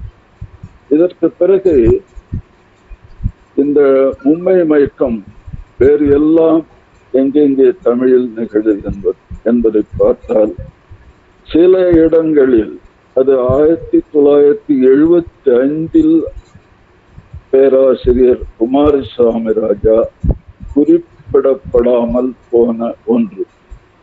ஆனால் 1985 அதை குறிப்பிடுகிறார். 1975 மெலி வலி வலி என்ற மூன்று மெய்கள் வழங்கும் ஒரு நிலைப்பாட்டினை தொன்மொழி வடிவத்தில் கொண்டு செல்லப்பட்டது. அதற்கு பின்னர் அதேபோல் வேறு சில மும்மைகள் மயங்கும் நிலைப்பாட்டினையும் தொன்மொழியில் அமைக்க வேண்டிய ஒரு சூழல் குமாரசாமி ராஜாவுக்கு ஏற்பட்டது. இந்த நிலையில் இரண்டாவது மும்மை மயக்கம் ஏற்கனவே இவற்றை அடுத்து இரண்டு மெய்கள் மயங்கும் நிலை இலக்கண ஆசிரியர்களால் எடுத்து காட்டப்பட்டு விட்டது. இப்பொழுது NPP மெலி வலி வலி என்ற மும்மை மயக்கம் தனிமொழிகளில் இடம்பெறாவிட்டாலும் தொன்மொழியில் மீட்டுருவாக்கம் செய்ய வேண்டிய ஒரு யதார்த்த நிலை ஏற்பட்டது. அதற்கு பிறகு இன்னொரு வகையான மும்மை மயக்கம், அதாவது உதாரணமாக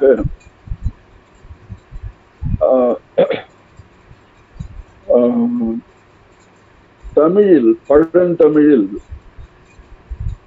கேட்ப, நிற்ப, விற்ப, காக்க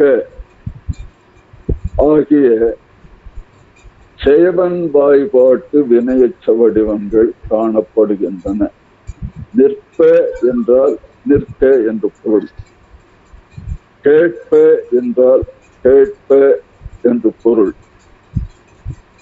இவற்றின் பகுதி வடிவங்கள் நிற்க என்பதில் நிற்கு என்பதாகும். நிற்ப என்பதில் நிற்பு என்பதாகும். ஆக இந்த பழந்தமிழில் வழங்கும் செயவன் வாய்பாட்டு எச்ச வடிவங்களில் நிகழும் நிற்க, நிற்க என்றும் தமிழில் நின்றும் நிகழ்கிறது. நிற்க, பார்க்க, கேட்க, கேட்க நினைத்தேன், நிற்க வந்தேன், இது போன்ற செயவன் வாய்பாட்டு வடிவங்களை இன்றும் தமிழில் காணலாம். ஆனால் கேட்ப, நிற்ப, பார்ப்ப, வேட்ப, வேட்ப மொழிவதாம் சொல் திருக்குறளில் இடம்பெறும் ஒரு சொல்லாகும். கேளாரும் வேட்ப மொழிவதாம் சொல் என்று அந்த திருக்குறள் போகும். அதில் வேட்ப என்ற சொல்லும் வருகிறது. ஆக இந்த சொற்களில் பழந்தமிழில் மட்டுமே நிகழக்கூடிய இந்த செயவன் வாய்பாட்டு வடிவங்களில் நிகழும் வினைப்பகுதி கேட்பு, நிற்பு, விற்பு இப்படித்தான் இருக்கும். அதே போல்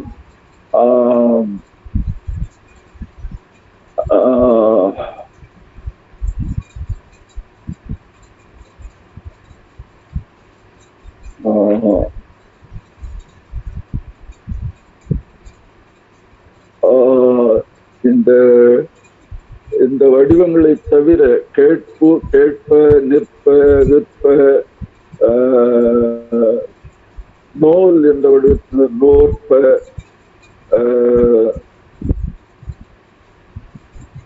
மீட்ப என்பதில் நிகழும் மீட்ப ஆகிய வடிவங்கள் இவற்றின் வினைப்பகுதிகள் நோற்பு, விற்பு, கேட்பு என்று அமையும். இந்த வினைப்பகுதிகளை எப்படி அமைப்பது அல்லது வருவிப்பது அல்லது இவற்றின் அமைப்பை எப்படி ஆராய்வது? வழக்கமாக மரபிலக்கணங்களில் நிற்ப, கேட்ப என்பதில் நிகழும் நிற்பு, கேட்பு ஆகிய வினைப்பகுதிகளை எப்படி ஆராய்வார்கள் என்றால், நிற்ப என்பதில் லகரம் ரகரமாக விகாரப்பட்டது, கேட்ப என்பதில் லகரம் பல்லுலியாக விகாரப்பட்டு ரகரமாக மாறிற்று. இப்படித்தான் மரபிலக்கணங்கள் விளக்கப்படும். ஆனால் குமாரசாமி ராஜா மேற்கொண்ட ஆய்வில் இங்கேயும் ஒரு மும்மை மயக்கம் நிகழ்கிறது. இவற்றில் இரண்டு மெய்கள் பல்லுலிகள், ஏற்கனவே சொல்வது போல் இரண்டு மெய்கள் பல்லுலிகள். ஆனால் முதலில் நிகழும் மெய்யெழுத்தானது லகரமாகவோ இருக்கும். லா லா இவற்றில் ஏதாவது ஒன்று இருக்கும். அப்பொழுது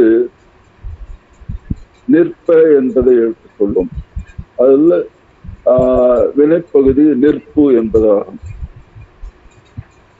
கேட்ப என்பதில் நான் சொல்றது வினையச்சம், செயவன் வாய்பாட்டு வினையச்சம். இங்க மட்டும்தான் இந்த வினை வடிவங்கள் நிகழுது. நிற்ப, கேட்ப என்பதில் நிற்பு, கேட்பு.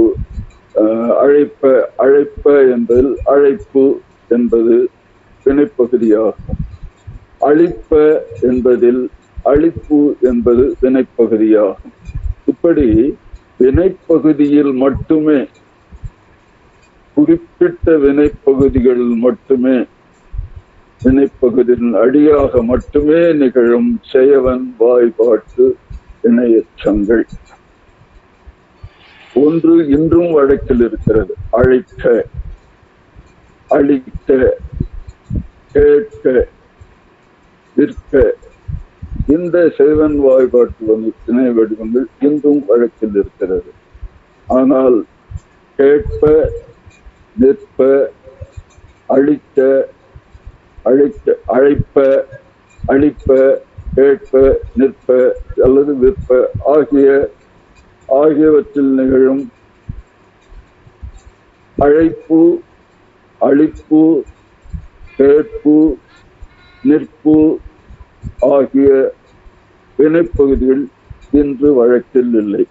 இதில் கருத்தில் கொள்ள வேண்டியது என்றால், இன்றைக்கு வழங்கக்கூடிய கேட்க, விற்க, அழைக்க, அழிக்க என்பவற்றில் வினைப்பகுதியாக நிகழும் கேட்பு, அழைப்பு, அழிப்பு, நிற்கு, விற்கு ஆகிய வினை அமைப்புகளும் வினைப்பகுதிகளும் கேட்ப, விற்ப, அழைக்க, அழிக்க அழிப்ப ஆகியவற்றில் நிகழும் கேட்பு, விற்பு, அழிப்பு, அழைப்பு ஆகிய வினைப்பகுதிகளும் எப்படி ஆராயப்பட வேண்டும்?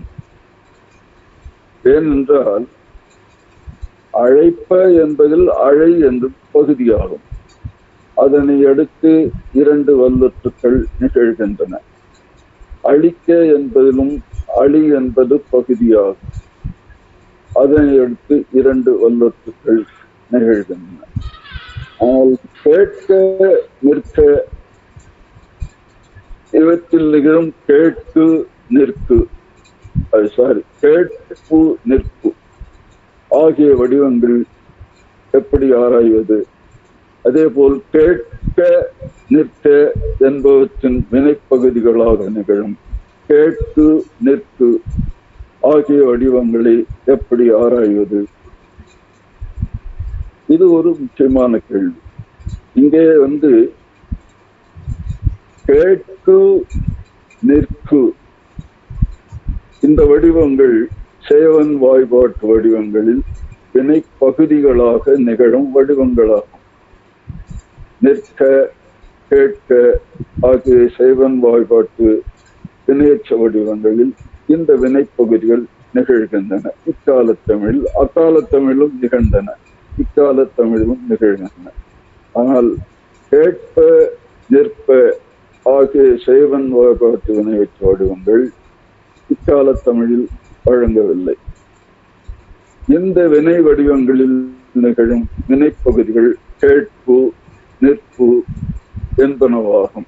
ஆக இப்போது 2 வகையான வினை வடிவங்களை நாம் கருத்தில் கொள்ள வேண்டியிருக்கிறது. ஒன்று கேட்கு, நிற்கு. இவற்றின் முன் அகரம் சேர்ந்து கேட்க, நிற்க என்ற சேவன் வாய்பாட்டு வடிவம் நிகழும். இன்னொன்று கேட்பு, நிற்பு. இவற்றை அடுத்து அகர விகுதி சேர்ந்து கேட்ப, நிற்ப என்று பழந்தமிழில் மட்டுமே நிகழும். இப்போது இந்த கேட்பு, நிற்பு இவற்றையும் கேட்கு, நிற்கு இவற்றையும் எப்படி ஆராய்வது? ஒன்று இலக்கண நூலார் சொல்வதைப் போல் கேள், கு என்பதில் லகரம் தகரமாக விகாரப்பட்டது. நிற்கு என்பதில் நில் என்பது ரகரமாக விகாரப்பட்டது. நிற்ப என்பதில் லகரமானது ரகரமாக விகாரப்பட்டது. இப்படி லகர லகரங்கள் வல்லொலியின் முன் தகர ரகரங்களாக விகாரப்பட்டது என்று சொல்லி அவர்கள் தம்முடைய ஆவி முடித்துக் கொள்வது. அவங்க மும்மை மயக்கத்துக்கே போவதில்லை. ஆனால் குமாரசாமி ராஜா அவர்கள் என்ன செய்தார்கள் என்றால், நிற்ப, கேட்ப ஆகியவற்றில் பகுதிகளாக நிகழும் நிற்பு, கேட்பு என்பதும் மும்மை மயக்க கோட்பாட்டிற்கு உட்படுத்தப்பட வேண்டியவை ஆகும். அப்படி என்றால் நிற்பு கேட்பு என்பதன் அடிநிலை வடிவம் எப்படி இருக்கும்? நில், அதற்கு பிறகு பகரம் ரெட்டிக்கும். நிற்ப. கேட்ப என்பதில் கேள்ப, அதாவது கேள்ப என்பதில் லகரத்தை அடுத்து 2 பகரங்கள் மயங்கும். அதேபோல் நிற்ப என்பதில் நில் என்பதை அடுத்து 2 பகரங்கள் மயங்கும். இன்றைக்கும் மலையாளத்தில் காணலாம். நாம் தமிழில் நிற்கும் என்று சொல்லுவதை மலையாளத்தில் நிற்கும் என்றே வழங்குவது காணலாம். மலையாளம் தெரிந்தவர்கள் இதை நன்கு அறிவார்கள். அதேபோல் கேட்கும் என்பதை கேள்கும், அங்கே லகரம் தகரம் தகரம் கேள்கும் என்றே வழங்குவார்கள். பல ஆண்டுகளுக்கு முன், ஒரு 20 ஆண்டுகளுக்கு முன் எனக்கு நினைவிருந்தார். தென்காசியில் வாழ்ந்த ஒரு தமிழ் பேரறிஞர், அவர் பெயர் எனக்கு உடனே கம்பராமாயணத்து மிகச் சிறந்த ஆய்வாளர்.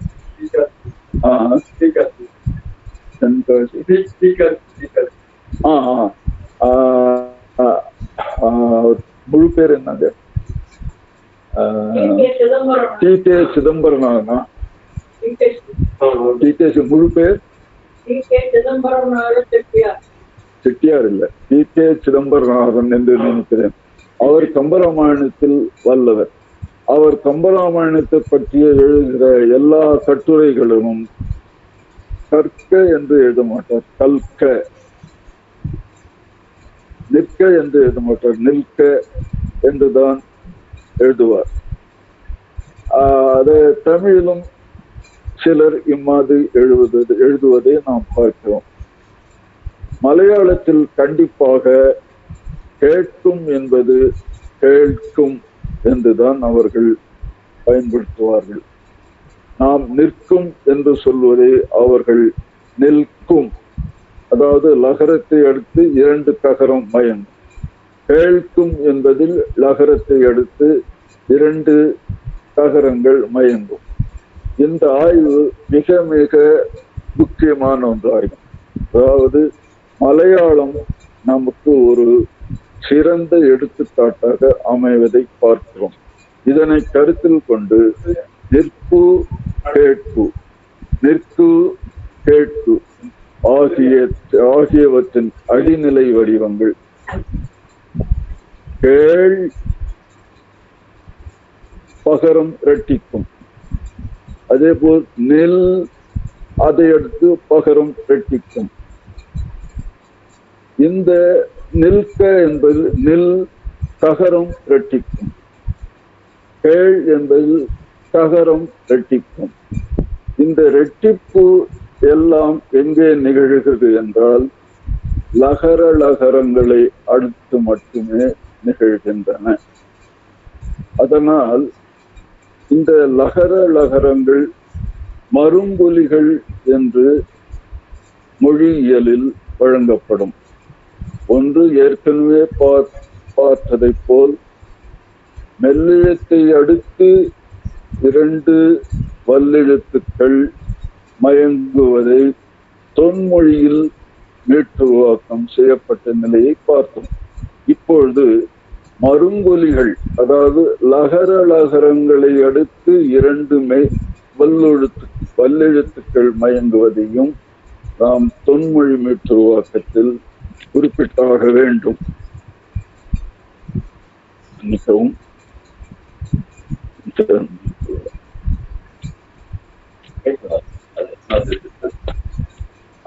இப்பொழுது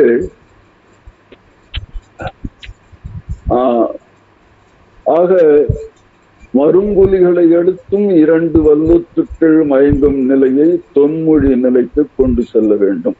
அங்கே என்ன நடக்குது என்றால் கேட்க என்பதில் நிகழும் கேட்பு என்பது கேள்கு என்று தொன்மொழியில் அமையும். நிற்க என்பதின் நிற்கு என்ற வடிவம் தொன்மொழியில் நிற்கு என்று அமையும். கேட்ப என்பதன் நிகழும் கேட்பு என்பதில் தொன்மொழியில் கேள்பு என்று நிகழும். நிற்ப என்பதன் வினைப்பகுதி நிற்பு என்பது தொன்மொழியில் நில்பு என்று அமையும். இப்போது மும்மை மயக்கம் லகர லகரங்களை அடுத்தும் 2 வல்லெழுத்துக்கள் நிகழ்வதன் மூலமாக நாம் காண்கிறோம். இப்போது இங்கே என்ன நடக்கிறது என்றால், நிற்கு என்பதில் லகரம் 2 வல்லுச்சுக்களின் முன் ரகரமாக திரிகிறது. லகரம் என்பது 2 வல்லெழுத்துக்களின் முன் தகரமாக திரிகிறது. இங்கே மருங்கொலிகளை முதல் மெய்யாக கொண்ட வடிவங்கள், அதை அடுத்து நிகழும் 2 வல்லெழுத்துக்கள் 3 மெய் மயக்கங்கள் நிகழ்வதை அடுத்த நிலையில் 3 வல்லெழுத்துக்கள் மயங்குவதாக பார்க்கிறோம். நிற்கு என்பது நிற்கு என்று ஆகிவிடும் புணர்ச்சி விதியின் மூலம். கேட்கு என்பது கேட்கு என்பது புணர்ச்சி விதியின் மூலம் மாறிவிடும். அதாவது மறு என்றால் மருங்கொலி, மறு வலி வலி என்ற மும்மை மயக்கம் புணர்ச்சி விதியின் மூலம் வலி வலி என்று மாறிவிடும். அதாவது ரகர டகரங்களாக லகர லகரங்கள் மாறிவிடும். அதே போல் கேட்பு விற்பு என்பதில் முதலில் நிகழும் லகரம் 2 வல்லொலிகளின் முன் டகரமாக மாறி கேட்பு விற்பு அல்லது நிற்பு என்ற வடிவம் நில்பு என்று அடிநிலை வடிவத்தில் இருந்து லகரம் 2 வல்லுத்துக்களின் முன் ரகரமாக திரிந்து நிற்பு என்று ஆகிவிடும். ஆக இந்த மாதிரி 2 வகையான மருங்கொலிகள் லகரமும் லகரமும், இந்த மருங்கொலிகளும் 2 வல்லுற்றுக்களை தம்மை அடுத்து பெற்று தொன்மொழியில் மும்மை மயக்கங்களை தோற்றுவிக்கும். இந்த மும்மை மயக்கங்கள் புணர்ச்சி விதியின் மூலம் வலி வலி வலி என்ற மும்மை மயக்கங்களாக ஆகிவிடும். இந்த வடிவங்கள் தான் தனிமொழியாக, தொன்மொழியிலிருந்து தமிழ் தனிமொழியாக பிரியும் பொழுது நிற்ப கேட்ப, அவை நிற்ப கேட்ப என்று தொன்மொழியிலேயே திரிந்து தனிமொழியாக வரும்போது நிற்ப ஒரு மெய் கெட்டு, நடுவில் இருக்கும் ஒரு பல்லெழுத்து கெட்டு விடுகிறது. அதன் மூலம் நிற்ப கேட்ப என்ற வடிவம், நிற்பு கேட்பு என்ற வடிவம் நிகழ்ந்து அதனை அடுத்து அகரம் சேர்ந்து நிற்ப கேட்ப என்ற சேவன் வாய்பாட்டு வடிவம் கிடைக்கிறது. அதே போல் கேள்கு வில்கு ஆகியவை சந்தி விதியின் மூலம் கேள்கு கேட்கு நிற்கு என்று மாறிவிடுகிறது. அதாவது மருங்கொலி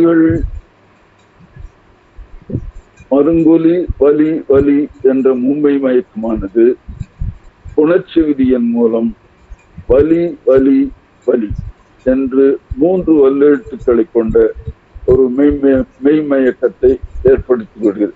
இந்த 3 மெய்மயக்கத்தில் முதல் மெய்மயக்கம், முதல் மெய்யானது சகரமாகவோ ரகரமாகவோ மருங்கோலிகளுக்கு ஏற்ப அமையும்.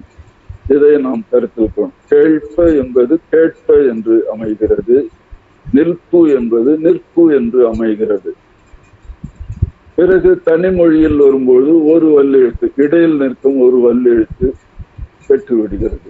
அதற்கு பிறகு நிற்பு கேட்பு என்ற வடிவம் கிடைத்து அதனோடு அகரம் சேர்ந்து நிற்ப கேட்ப என்ற செயவன் வாய்ப்பாட்டு வடிவங்கள், அது பழந்தமிழில் மட்டும்தான் நிகழ்கிறது. இது இப்பொழுது நமக்கு மரபிலக்கணங்கள் 3 மெய்மயக்கங்கள் நிகழும் என்பதை யா ரா ழா ஆகியவற்றின் அடிப்படையில் குறிப்பிட்டார்கள். அதாவது மரபிலக்கணங்கள் குறிப்பிடும் 3 மெய்மயக்கங்களில் முதல் மெய்யானது யா ரா ழா என்று அமையும். அவை அல்லாமல் தொன்மொழியில் மட்டுமே மீட்டுருவாக்கத்தக்க நிலையில் மெலி வலி வலி என்ற ஒரு மெய்மயக்கமும் மும்மெய்மயக்கமும், மருங்குலி வலி வலி என்ற இன்னொரு வகையான மும்மை மயக்கமும், இந்த 2 வகையான மும்மை மயக்கங்கள் தொன்மொழிக்கு மீட்டுருவாக்கம் செய்யப்பட வேண்டும். மெலி வலி வலி என்ற மெய்மயக்கத்தில் நகரம் நகரம் இரண்டும் இடம்பெறும்.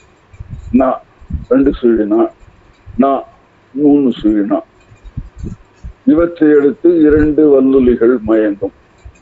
அதே போல் மருங்கொலிகளை பொறுத்தவரையில் முதலில் லா, இரண்டாவது லா, இந்த மெய்யெழுத்துக்கள் சேர்ந்து மும்மை மயக்கத்தை ஏற்படுத்தும். இப்பொழுது நமக்கு 4 புதிய மும்மை மயக்கங்கள் கிடைத்துவிட்டன.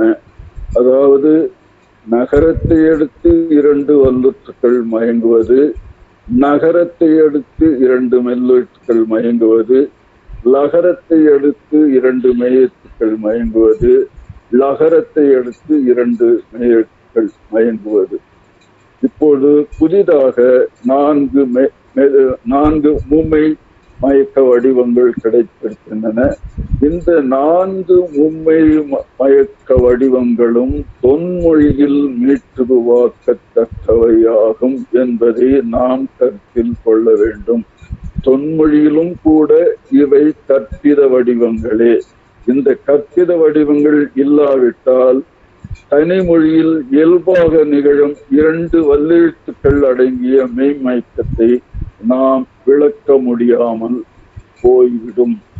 அதனால்தான் இந்த 4 வகையான மும்மை மயக்கங்களை தொன்மொழியில் மீட்டுருவாக்கம் செய்து அதிலிருந்து தனிமொழி வடிவங்கள் எப்படி பெறப்படுகின்றன, தனிமொழியில் நிகழும் 2 வல்லொலி மயக்கங்கள் எப்படி பெறப்படுகின்றன என்பதை நாம் விளக்க முடியும்.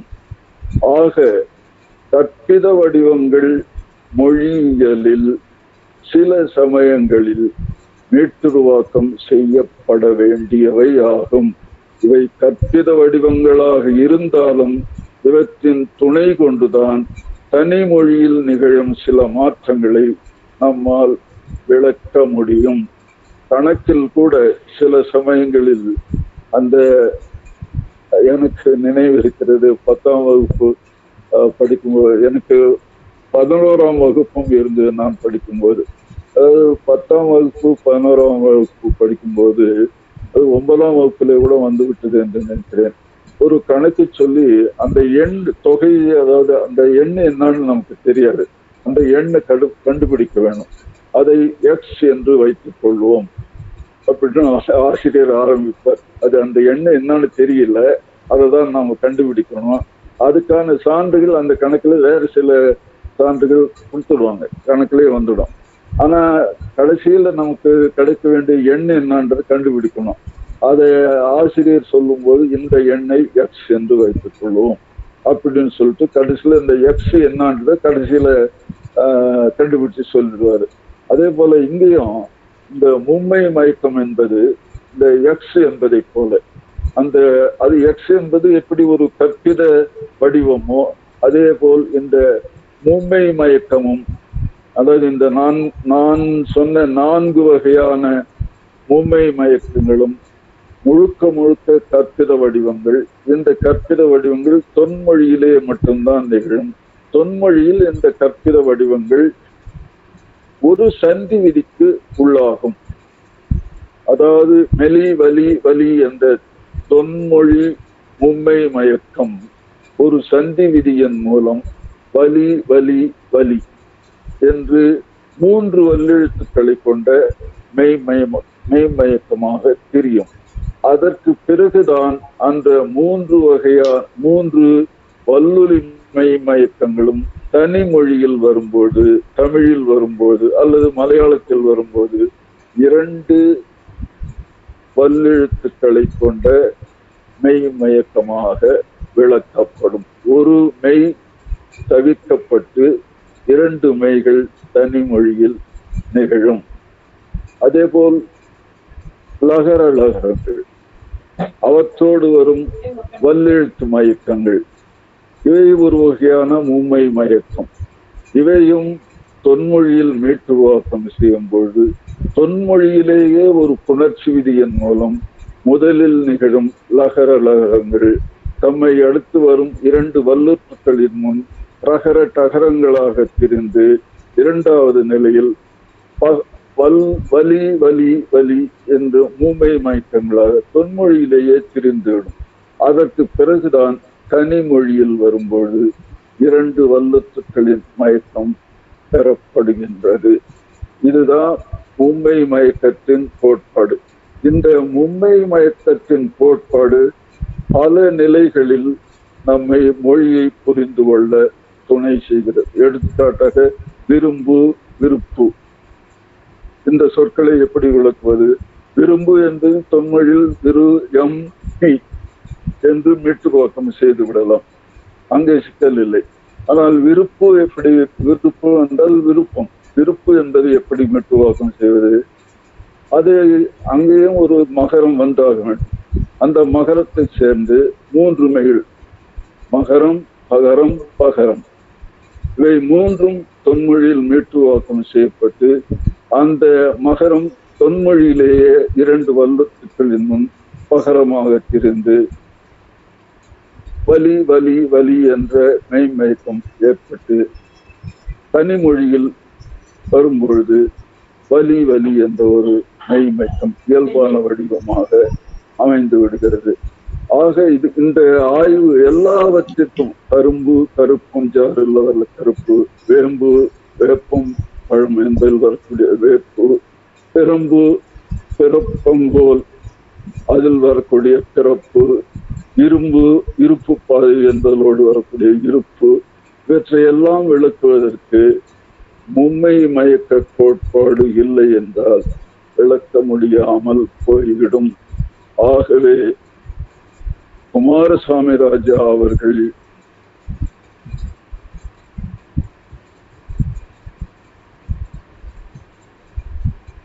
வழங்கிய மும்மை கோட்பாடு, மும்மை மயக்க கோட்பாடு என்பது முற்றிலும் ஒரு கற்பிதமான மும்மை மயக்க கோட்பாடுதான். இந்த மும்மை மயக்கம் தொன்மொழிக்கு மட்டும் மீட்டுருவாக்கம் செய்யப்படும். இந்த வடிவங்கள் சில புணர்ச்சி விதிகளுக்கு உட்பட்டு தொன்மொழியிலேயே வலி வலி வலி என்ற மெய்மயக்கமாக மாறி தமிழில் வரும்பொழுது வலி வலி என்ற 2 வலிகள் மயங்கும் ஒரு மயக்க நிலையை உண்டாக்குகிறது. இதுதான் மும்மை மயக்கத்தினுடைய அடிப்படை கோட்பாடு.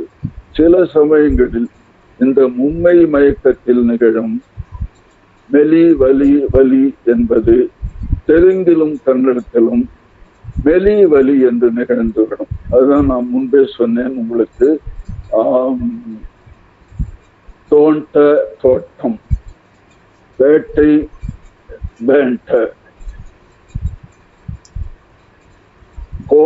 கோட்டை கோண்ட, இதெல்லாம் தெலுங்கிலும் கன்னடத்திலும் மெல்லெழுத்து நிலை பெறுகிறது, ஒரு வல்லெழுத்து கட்டு விடுகிறது. அதே போல் எட்டு, எட்டு என்பது தமிழில் நிகழும் ஒரு எண்ணு பெயராகும். ஆனால் கன்னடத்தில் இது எட்டு என்று நிகழ்கிறது. அப்போ தமிழில் நிகழும் எட்டு என்பதையும் கன்னடத்தில் நிகழும் எட்டு என்பதையும் எப்படி மீட்டு உருவாக்கம் செய்வது? தன்னிடத்தில் ஒரு மெல்லெழுத்து ஒரு வல்லெழுத்து சேர்ந்து எட்டு என்ற எண்ணு பெயர் கிடைக்கிறது. தமிழில் அதே எண்ணு பெயர் இரண்டு வல்லுற்றுக்களை கொன்ற மெய்மயக்கமாக நிகழ்கிறது. ஆக தமிழில் நிகழும் இரண்டு வல்லொலி மெய்மயக்கம், இரட்டை வல்லொலிகள். கன்னடத்தில் நிகழும் ஒரு மெல்லொலி ஒரு வல்லொலி மயங்கும் நிலை. இவற்றை எப்படி விளக்குவது? நிச்சயமாக தனி மொழிகளை கொண்டே இவற்றை விளக்குவதற்கு வாய்ப்பில்லை. கன்னடத்தை கொண்டே தமிழில் நிகழும் எட்டு என்பதை விளக்க முடியாது. தமிழின் துணை கொண்டே கன்னடத்தில் நிகழும் எட்டு என்பதை விளக்க முடியாது. அதாவது எட்டு என்பதை வைத்துக் கொண்டே தெலுங்கில் நிகழும் எட்டு என்பதை நாம அமைக்க முடியாது. அதனால்தான் நாம் இங்கே ஒப்பீட்டு நிலையிலும் தொன்மொழி மீட்டுருவாக்கத்துக்கு போய் ஆக வேண்டும். தொன்மொழியில் எட்டு நகரம், மறுபடியும் ஒரு டகரம், மறுபடியும் ஒரு டகரம், எட்டு என்று மீட்டுருவாக்கம் செய்யப்பட்டு ஒரு சந்தி விதியின் மூலம் மூன்று வல்லொலிகள் வரக்கூடிய ஒரு மெய்மயக்கம் தொன்மொழியிலேயே பெறப்பட்டு பிறகு தனி மொழிகளாக கன்னடமாக பிரியும் போது எட்டு என்பதில் நகரம் நிலைநிறுத்தப்பட்டு ஒரு வல்லெழுத்து கெட்டுவிடும். எட்டு என்பது சந்தி விதிக்கு உள்ளாகி எட்டு என மூன்று வல்லொலிகளை மயக்கமாக கொண்ட வடிவம் தமிழில் வரும்போது ஒரு வல்லெழுத்தை இழந்து இரண்டு வல்லெழுத்துக்களை கொண்ட எட்டு என்ற எண்ணத்தை தோற்றம் கொள்ள வகை செய்து விடுகின்றது. ஆக இந்த மும்மை மயக்க கோட்பாடு என்பது தனிமொழிகளை ஆராய்வதற்கும், தனிமொழிகள் அதாவது தமிழ் போன்ற தனிமொழிகளில் இரண்டு வல்லொற்றுக்கள் மயங்கும் நிலையை மீட்டுருவாக்கம் செய்வதற்கும் தெலுங்கு கன்னடம் போன்ற மொழிகளில் ஒரு மெல்லொற்றும் ஒரு வல்லொற்றும் மயங்கும் மெய்மயக்கத்தை மீட்டுருவாக்கம் செய்வதற்கும் தேவைப்படுகிறது. இந்த மும்மை மயக்க கோட்பாடு என்பது தேவைப்படுகிறது. இந்த மும்மை மயக்க கோட்பாடு முன்மொழியப்படாவிட்டால் இருந்தால், குமாரசாமி ராஜா அவர்களால் முன்மொழியப்படாவிட்டால் இருந்தால், அது முன்மொழியப்பட்டது மட்டுமல்ல, அதை திராவிட மொழியில் ஒப்பீட்டியல் ஆய்வில் மிகச்சிறந்த வல்லுநர்களாக விளங்கிய PS சுப்பிரமணியம், PH கிருஷ்ணமூர்த்தி, எமனோ இவர்கள் எல்லோரும் ஏற்றுக்கொண்டு ஒரு கோட்பாடாக அது மலர்ந்தது. இங்கே நான் குறிப்பிட விரும்புவது, நான் குமாரசாமி ராஜாவினுடைய மாணவன், PS சுப்பிரமணியம் அவர்களுடைய மாணவன். இவர்கள் இரண்டு பேரும் நான் அண்ணாமலை பல்கலைக்கழகத்தில் மொழியியல் முதுகலை படித்த போது எனக்கு ஆசிரியர்களாக இருந்தவர்கள். இவர்களில் PS சுப்பிரமணியம் அவர்கள் திராவிட ஒப்பீட்டு ஆய்வியலை எங்களுக்கு கற்பித்தவர். குமாரசாமி ராஜா வேறு ஒரு பாடப்பிரிவை எங்களுக்கு கற்பித்தார். ஆக இரண்டு பேரும் எனக்கு அல்லது என்னுடைய அணியில் சேர்ந்த மாணவர்களுக்கு ஆசிரியர்களாக இருந்தவர்கள் என்பதை இந்த கட்டத்தில் நான் குறிப்பிட்டாக வேண்டும். என்னுடைய காலகட்டத்தில் அண்ணாமலை பல்கலைக்கழகத்தில் இருந்த மொழியியல் பேராசிரியர்கள் அனைவரும் மிகச்சிறந்த பேராசிரியர்கள். அதை நான் இங்கே குறிப்பிட்டாக வேண்டும். இந்த சிறந்த பேராசிரியர்கள் என்று நமக்கு உயிரோடு இருப்பவர் பேராசிரியர் சேவை சண்முகம் ஒருவர்தான். அவர் அண்ணாமலை நகரை அடுத்த மாரியப்ப நகரில் இன்றும் 90 வயதை கடந்த நிலையிலும் இன்றும் தன்னுடைய ஆய்வை முனைப்பாக செய்து கொண்டிருக்கக்கூடிய ஒரு தனித்தமிழ் மொழியியல் பேராசிரியர் என்பதை குறிப்பிட்டு என்னுடைய உரையை இத்துடன் முடித்துக் கொள்கிறேன். வணக்கம். கேள்வி இருந்தால் கேட்கலாம். மிக்க நன்றி ஐயா.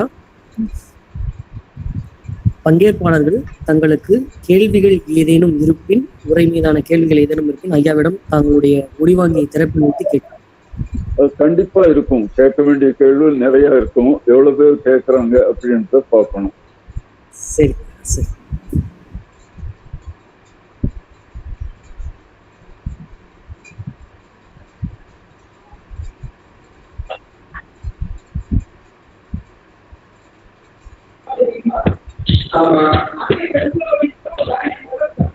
ஐயா வணக்கம். சொல்லுங்க, எங்க இருந்து பேசுறீங்க? நான் சந்திரசேகரன் பேசுறேன். அரவிந்தன் சார் கூட ஒன்னா சந்திரசேகரன். ஆமா ஆமா, ரொம்ப ரொம்ப ஆமா, ஆழமான நுட்பமான உரையை தினம் கேட்டுட்டு இருக்கிறேன். ஆமா, இன்னைக்கும் ஆமா, நான் இலக்கணத்துல சிறப்பு படிப்பு ஒன்றும் கிடையாது எனக்கு. இருந்தாலும் இந்த இந்த முன்மொழி மயக்கங்களை இப்பவும் ஒருத்தர் பிராக்டிஸ்ல பண்ற ஒரே ஒருத்தர் இருக்காரு. நம்ம தென்காசி பக்கத்துல இடைகால்னு ஒரு ஊர் இருக்கு. அங்க கவிஞர் கலாப்பிரியான்னு ஒருத்தர் இருக்கிறாரு. அந்த கலாப்பிரியாவோட எழுத்துக்கள்ல நீங்க சொல்ற அந்த மலையாள தன்மையோட தமிழ்ல எழுதுறது நிறைய இடங்கள்ல நான் பார்த்திருக்கேன். எனக்கு ரொம்ப மகிழ்ச்சியா இருக்கு நீங்க சொல்றது. ஆமா, அது அவரு நான் என்னடா இவர் தப்பாவே எழுதிட்டு இருக்கிறாருன்னு அப்ப அடிக்கடி நினைப்பேன். நீங்க இப்போ இது இந்த மும்பை மயக்க கோட்பாடுகள் நம்ம கேரளத்தில இருந்து அப்படியே இதுல இருக்கிறதுனால அது பக்கத்துல இந்த பக்கம் இருக்கிறதா அவரு பின்பற்றுவார். நான் அதை தகவலை தெரிவிக்கிறதுக்காக நான் உங்களுக்கு சொல்றேன். அவர் எழுந்து தமிழ் மும்பை மயக்கத்தினுடைய ஒரு நிலை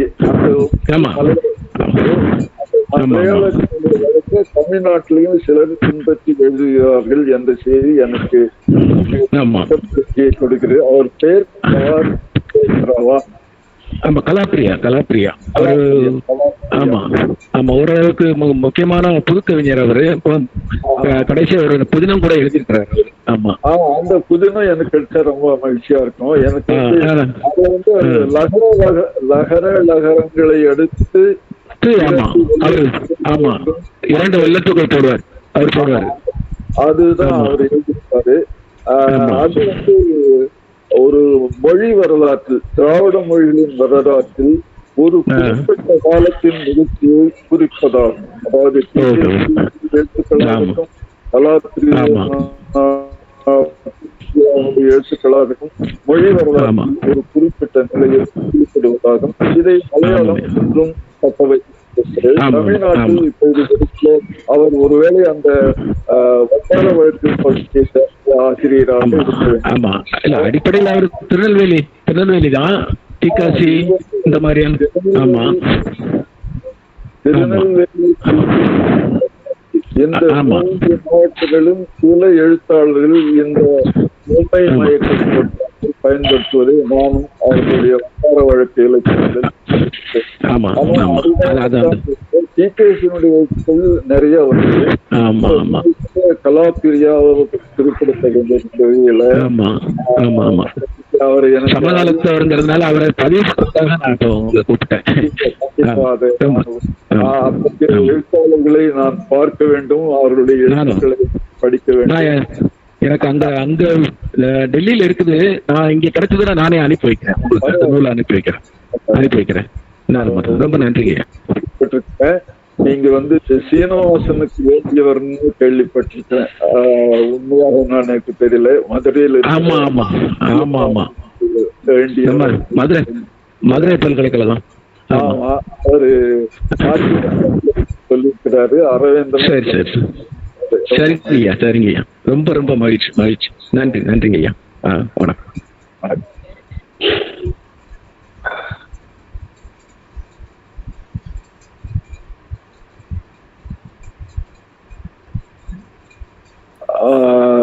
இன்றைக்கு ஆற்றிய ஆய்வு சொற்பொழிவில் இது கொஞ்சம் உள்வாங்கிக் கொள்வது என்பது அவ்வளவு எளிதில் நடக்கக்கூடிய காரியம் அல்ல. முதலில் அதை உள்வாங்கிக் கொள்ள வேண்டும். அதற்கு பிறகுதான் அதில் எழும் ஐயங்களை நாம் எழுப்ப வேண்டும். நானே குமாரசாமி ராஜாவினுடைய கோட்பாட்டை பல ஆண்டுகள் ஏற்றுக்கொள்ள தயங்கினேன். எனக்கு ஒரு நெருடலான ஒரு கோட்பாடாக அது தோன்றியது.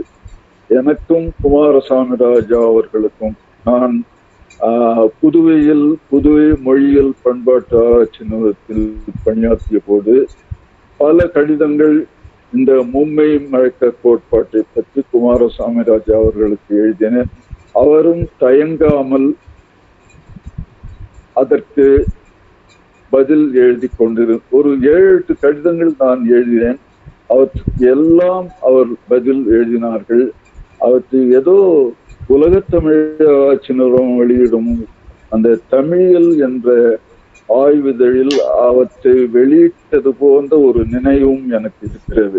அந்த கேள்விகள் நான் கேட்ட கேள்விகள், அதற்கு அவர் சொன்ன பதில்கள், இவற்றையெல்லாம் உலகத்தமிழ் ஆராய்ச்சி நிறுவனம் வெளியிடும் தமிழில் என்ற ஆய்விதழில் வெளியான ஒரு நினைவு எனக்கு இருக்கிறது. அப்பொழுது எனக்கு நெருடலாக இருந்தது. பிற்காலத்தில் தான் அவை ஏற்றுக்கொள்ளப்பட வேண்டிய மும்மை மயக்க கோட்பாடுகள் என்பதை நான் தெளிந்து அறிந்தேன். அப்போ நான் மொழியியலில் கொஞ்சம் வல்லவனாக இருந்தாலும் அல்லது மொழியியலை படித்தவனாக இருந்தாலும் எனக்கே சிறிது தயக்கம் இருந்தது. குமாரசாமி ராஜாவின் மும்மை மயக்க கோட்பாட்டை ஏற்றுக்கொள்வதற்கு பல ஆண்டுகள் இந்த தயக்கம் எனக்கு இருந்தது. பிறகுதான் கடந்த 10 ஆண்டுகளாகத்தான் அந்த கோட்பாடு மிகவும் சிறப்பான கோட்பாடு என்பது மட்டுமல்ல, என்னுடைய அண்மையில் வெளியான ஒரு ஆங்கில மொழியியல் தொடர்பான கட்டுரைகளின் தொகுப்பு DLA வெளியிட்டது. அதில் குமாரசாமி ராஜாவின் 3 கான்சனன்ட் கிளஸ்டர்ஸ் என்ற கட்டுரையை முதல் கட்டுரையாக நான் வெளியிட்டேன். என்னுடைய தொகுப்பில் முதல் கட்டுரையாக அந்த கட்டுரையை மொழியியல் அறிஞர்களுக்கு, இன்றைக்கு மொழியியல் படிப்போர் அநேகமாக இந்த கோட்பாட்டை அறிந்திருக்கிறார்களா என்று எனக்கு தெரியவில்லை. தமிழ் துறையை பொறுத்தவரையில் வாய்ப்பே இல்லை. ஆனால் மொழியியல் துறையில் இருப்பவர்களுக்கு எவ்வளவு பேருக்கு இந்த மும்மை மயக்க கோட்பாடு தெரியும் என்பது எனக்கே ஐயமாக இருக்கிறது. அதனால்தான் ஒரு 6-7 மாதத்திற்கு முன் வெளியான என்னுடைய ஆங்கில கட்டுரைகளின் தொகுப்பு நூலாகிய அதை DLA வெளியிட்டது. அந்த தொகுப்பு நூலில் அவருடைய கட்டுரையை மீண்டும் இடம்பெறச் செய்து இந்த தலைமுறையினராவது மும்மை மயக்க கோட்பாட்டின் சிறப்பையும் அதை எப்படி மொழிக்கு பொருத்தி ஆராய்வது என்பதையும் அறிந்து கொள்ள வேண்டும் என்ற நோக்கில் அந்த கட்டுரை என்னுடைய தொகுப்பில் முதல் கட்டுரையாக சேர்க்கப்பட்டது. அது எவ்வளவு பேருக்கு போய் சேர்ந்திருக்கும் என்பது எனக்கு தெரியவில்லை. ஆனால் என்னுடைய கடமையை என்னுடைய ஆசிரியருக்கு நான் செய்துவிட்டேன்.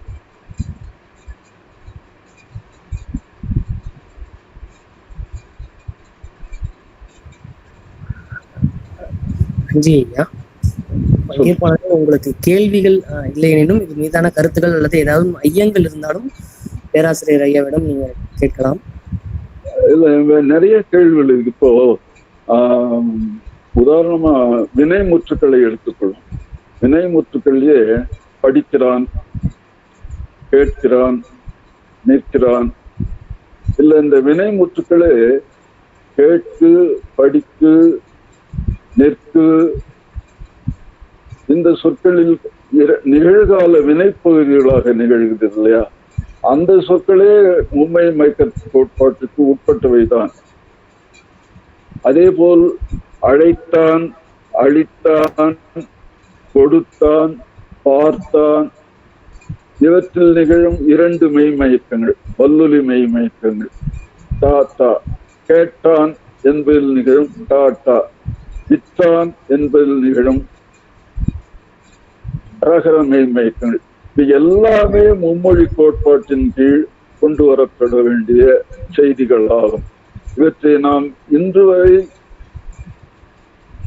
ஆராய்ந்திருக்கிறோமா என்று எனக்கு தெரிந்த வரையில் தோன்றவில்லை. எங்காவது ஆய்வு நடந்திருந்தால் அது பாராட்டுக்குரிய செய்தியாகும். ஆனால் இவையும் ஆய்வுக்கு உட்படுத்தப்பட வேண்டிய துறை செய்திகளாகும். தமிழில் எங்கெல்லாம் 2 வல்லுற்றுக்கள் மயங்குகிறதோ அந்த வல்லுற்றுக்களை மும்மை மயக்க கோட்பாட்டின் கீழ் மீட்டுருவாக்கம் செய்வதற்கான வாய்ப்பு மிகுதியாக இருக்கின்றது. இந்த மீட்டுருவாக்கத்தை செய்யும் போது நமக்கு மேலும் சில உண்மைகள், மொழியை பற்றிய உண்மைகள் தெரிய வருகின்றது. உதாரணமாக காப்பு என்றால் காப்பாற்றுதல். காப்பு, காத்தான், காக்கின்றான், காப்பான். இதில் காப்பு என்பது பெயர் சொல்லாகவும் நிகழ்கிறது.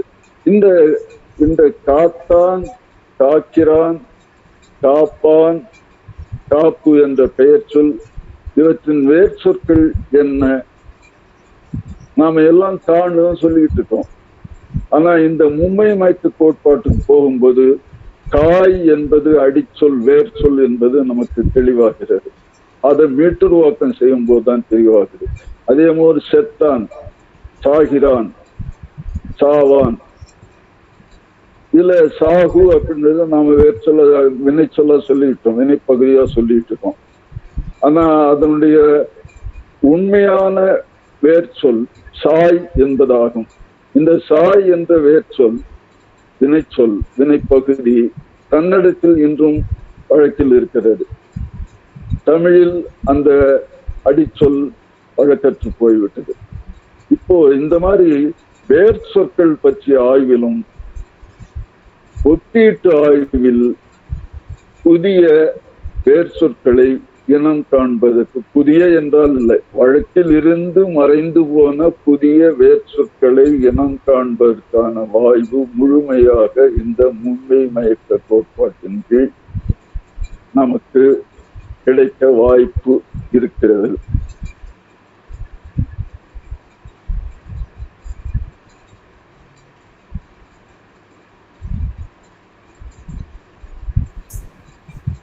கேள்விகள் இருக்க வாய்ப்பு இல்லைன்னு நினைக்கிறேன். அப்படி யாராவது கேள்வி கேட்டா எனக்கு மிகுந்த மகிழ்ச்சியை கொடுக்கும். இந்த மும்மை மயக்க கோட்பாட்டை பொறுத்தவரையில் ஒரு சிலருக்காவது போய் சேர்ந்திருக்க கூடும் என்ற ஒரு மகிழ்ச்சி எனக்கு ஏற்படும் என்று நினைக்கிறேன்.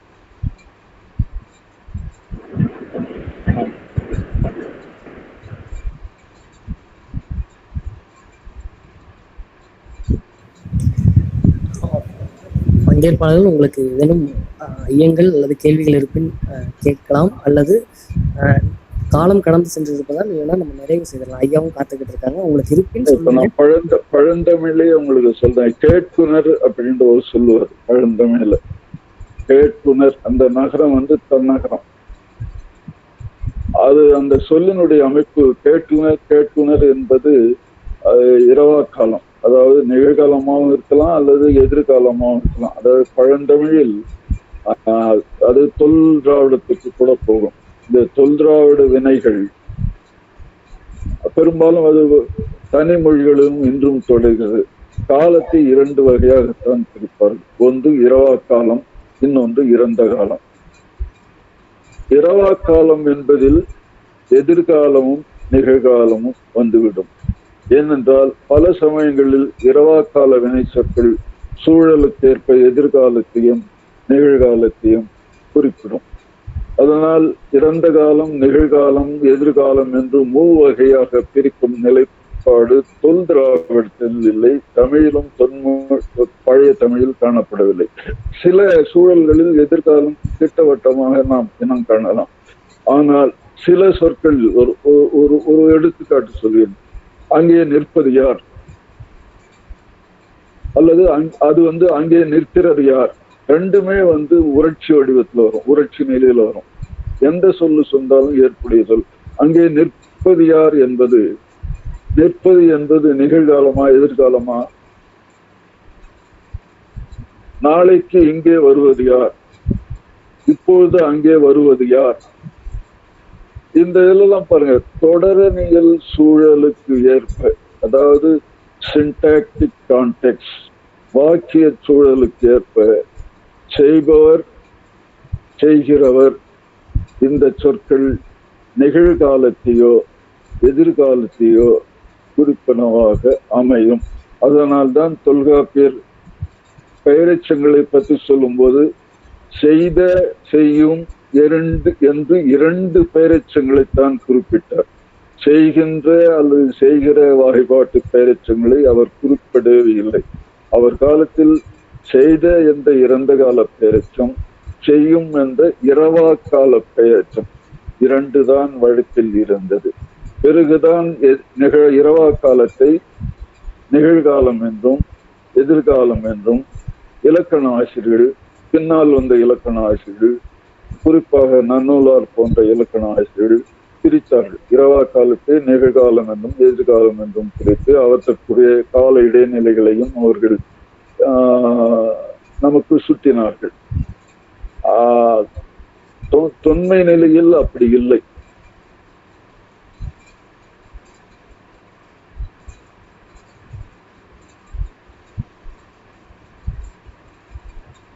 முடித்துக் கொள்ளலாம் என்று நினைக்கிறேன். பங்கேற்பாளர்கள் உங்களுக்கு ஏதும் கேள்விகள் வினாக்களில் இருந்து நம்ம நிறைவு செய்திருக்கலாம்.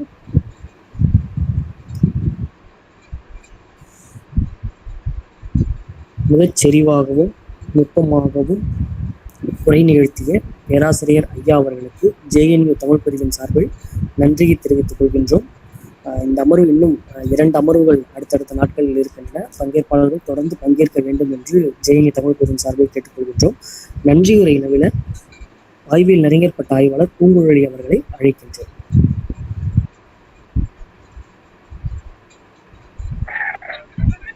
அனைவருக்கும் வணக்கம். ஜவஹர்லால் நேரு பல்கலைக்கழகம் இந்திய மொழிகள் மையம் தமிழ் பிரிவு ஒருங்கிணைக்கும் மொழியியல் நோக்கு உரைத்தொடரின் 3ஆம் நாள் அமர்வு நிறைவுற்றிருக்கிறது. இந்நிகழ்வில் மும்மை மயக்க கோட்பாடும் எழுத்தியலும் எனும் தலைப்பின் கீழ் மெலி வழி வழி மருங்கொழி வழி வழி என்ற அமைப்பிலான 4 வகையான மெய்மயக்கங்கள் தொன்மொழிக்கு உரியனவாக இருக்கின்றன என்ற ஒரு முக்கிய ஒரு கருத்தாக்கத்தினை பேராசிரியர் அவர்கள் தெளிவுபடுத்தியிருக்கிறார்கள்.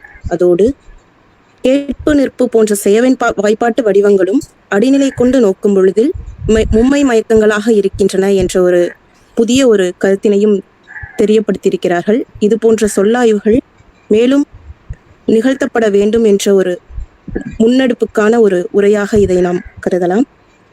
அந்த வகையில் திராவிட மொழிகளின் ஒளியியல் ஒப்பீட்டு அளவில் தொடங்கி மெய்மயக்கங்களையும் அதன் மீட்டுருவாக்கங்களின் வடிவங்களையும் மும்மை மயக்க கோட்பாட்டு முக்கியத்துவத்தினையும் தக்க சான்றுகள் கொண்டு விளக்கி நல்லதொரு ஆழமான ஆய்வுரையை நிகழ்த்திய பேராசிரியர் இரா கோதண்டராமன் ஐயா அவர்களுக்கு பங்கேற்பாளர்கள் சார்பாக நன்றியை தெரிவித்துக் கொள்கிறோம். அதோடு வருகை தந்து இந்நிகழ்வினை சிறப்பித்து ஒத்துழைப்பு நல்கிய அத்துணை ஆய்வாளர்களுக்கும் பேராசிரியர்களுக்கும் ஜவஹர்லால் நேரு பல்கலைக்கழகம் இந்திய மொழிகள் மையம் தமிழ் பிரிவு சார்பாக மகிழ்வும் நன்றிகளும். மொழியியல் நோக்கு உரைத்தொடரின் அடுத்த நிகழ்வாக வினைச்செயல் வகை இறந்த காலம் எனும் தலைப்பிலான 4ஆம் நாள் அமர்வு நாளை காலை 10 மணிக்கு நிகழவிருக்கிறது. இயன்றோர் வருகை தந்து பங்கு பெற்று பயன்பெறுமாறு கேட்டுக்கொள்கிறோம். நன்றி ஐயா.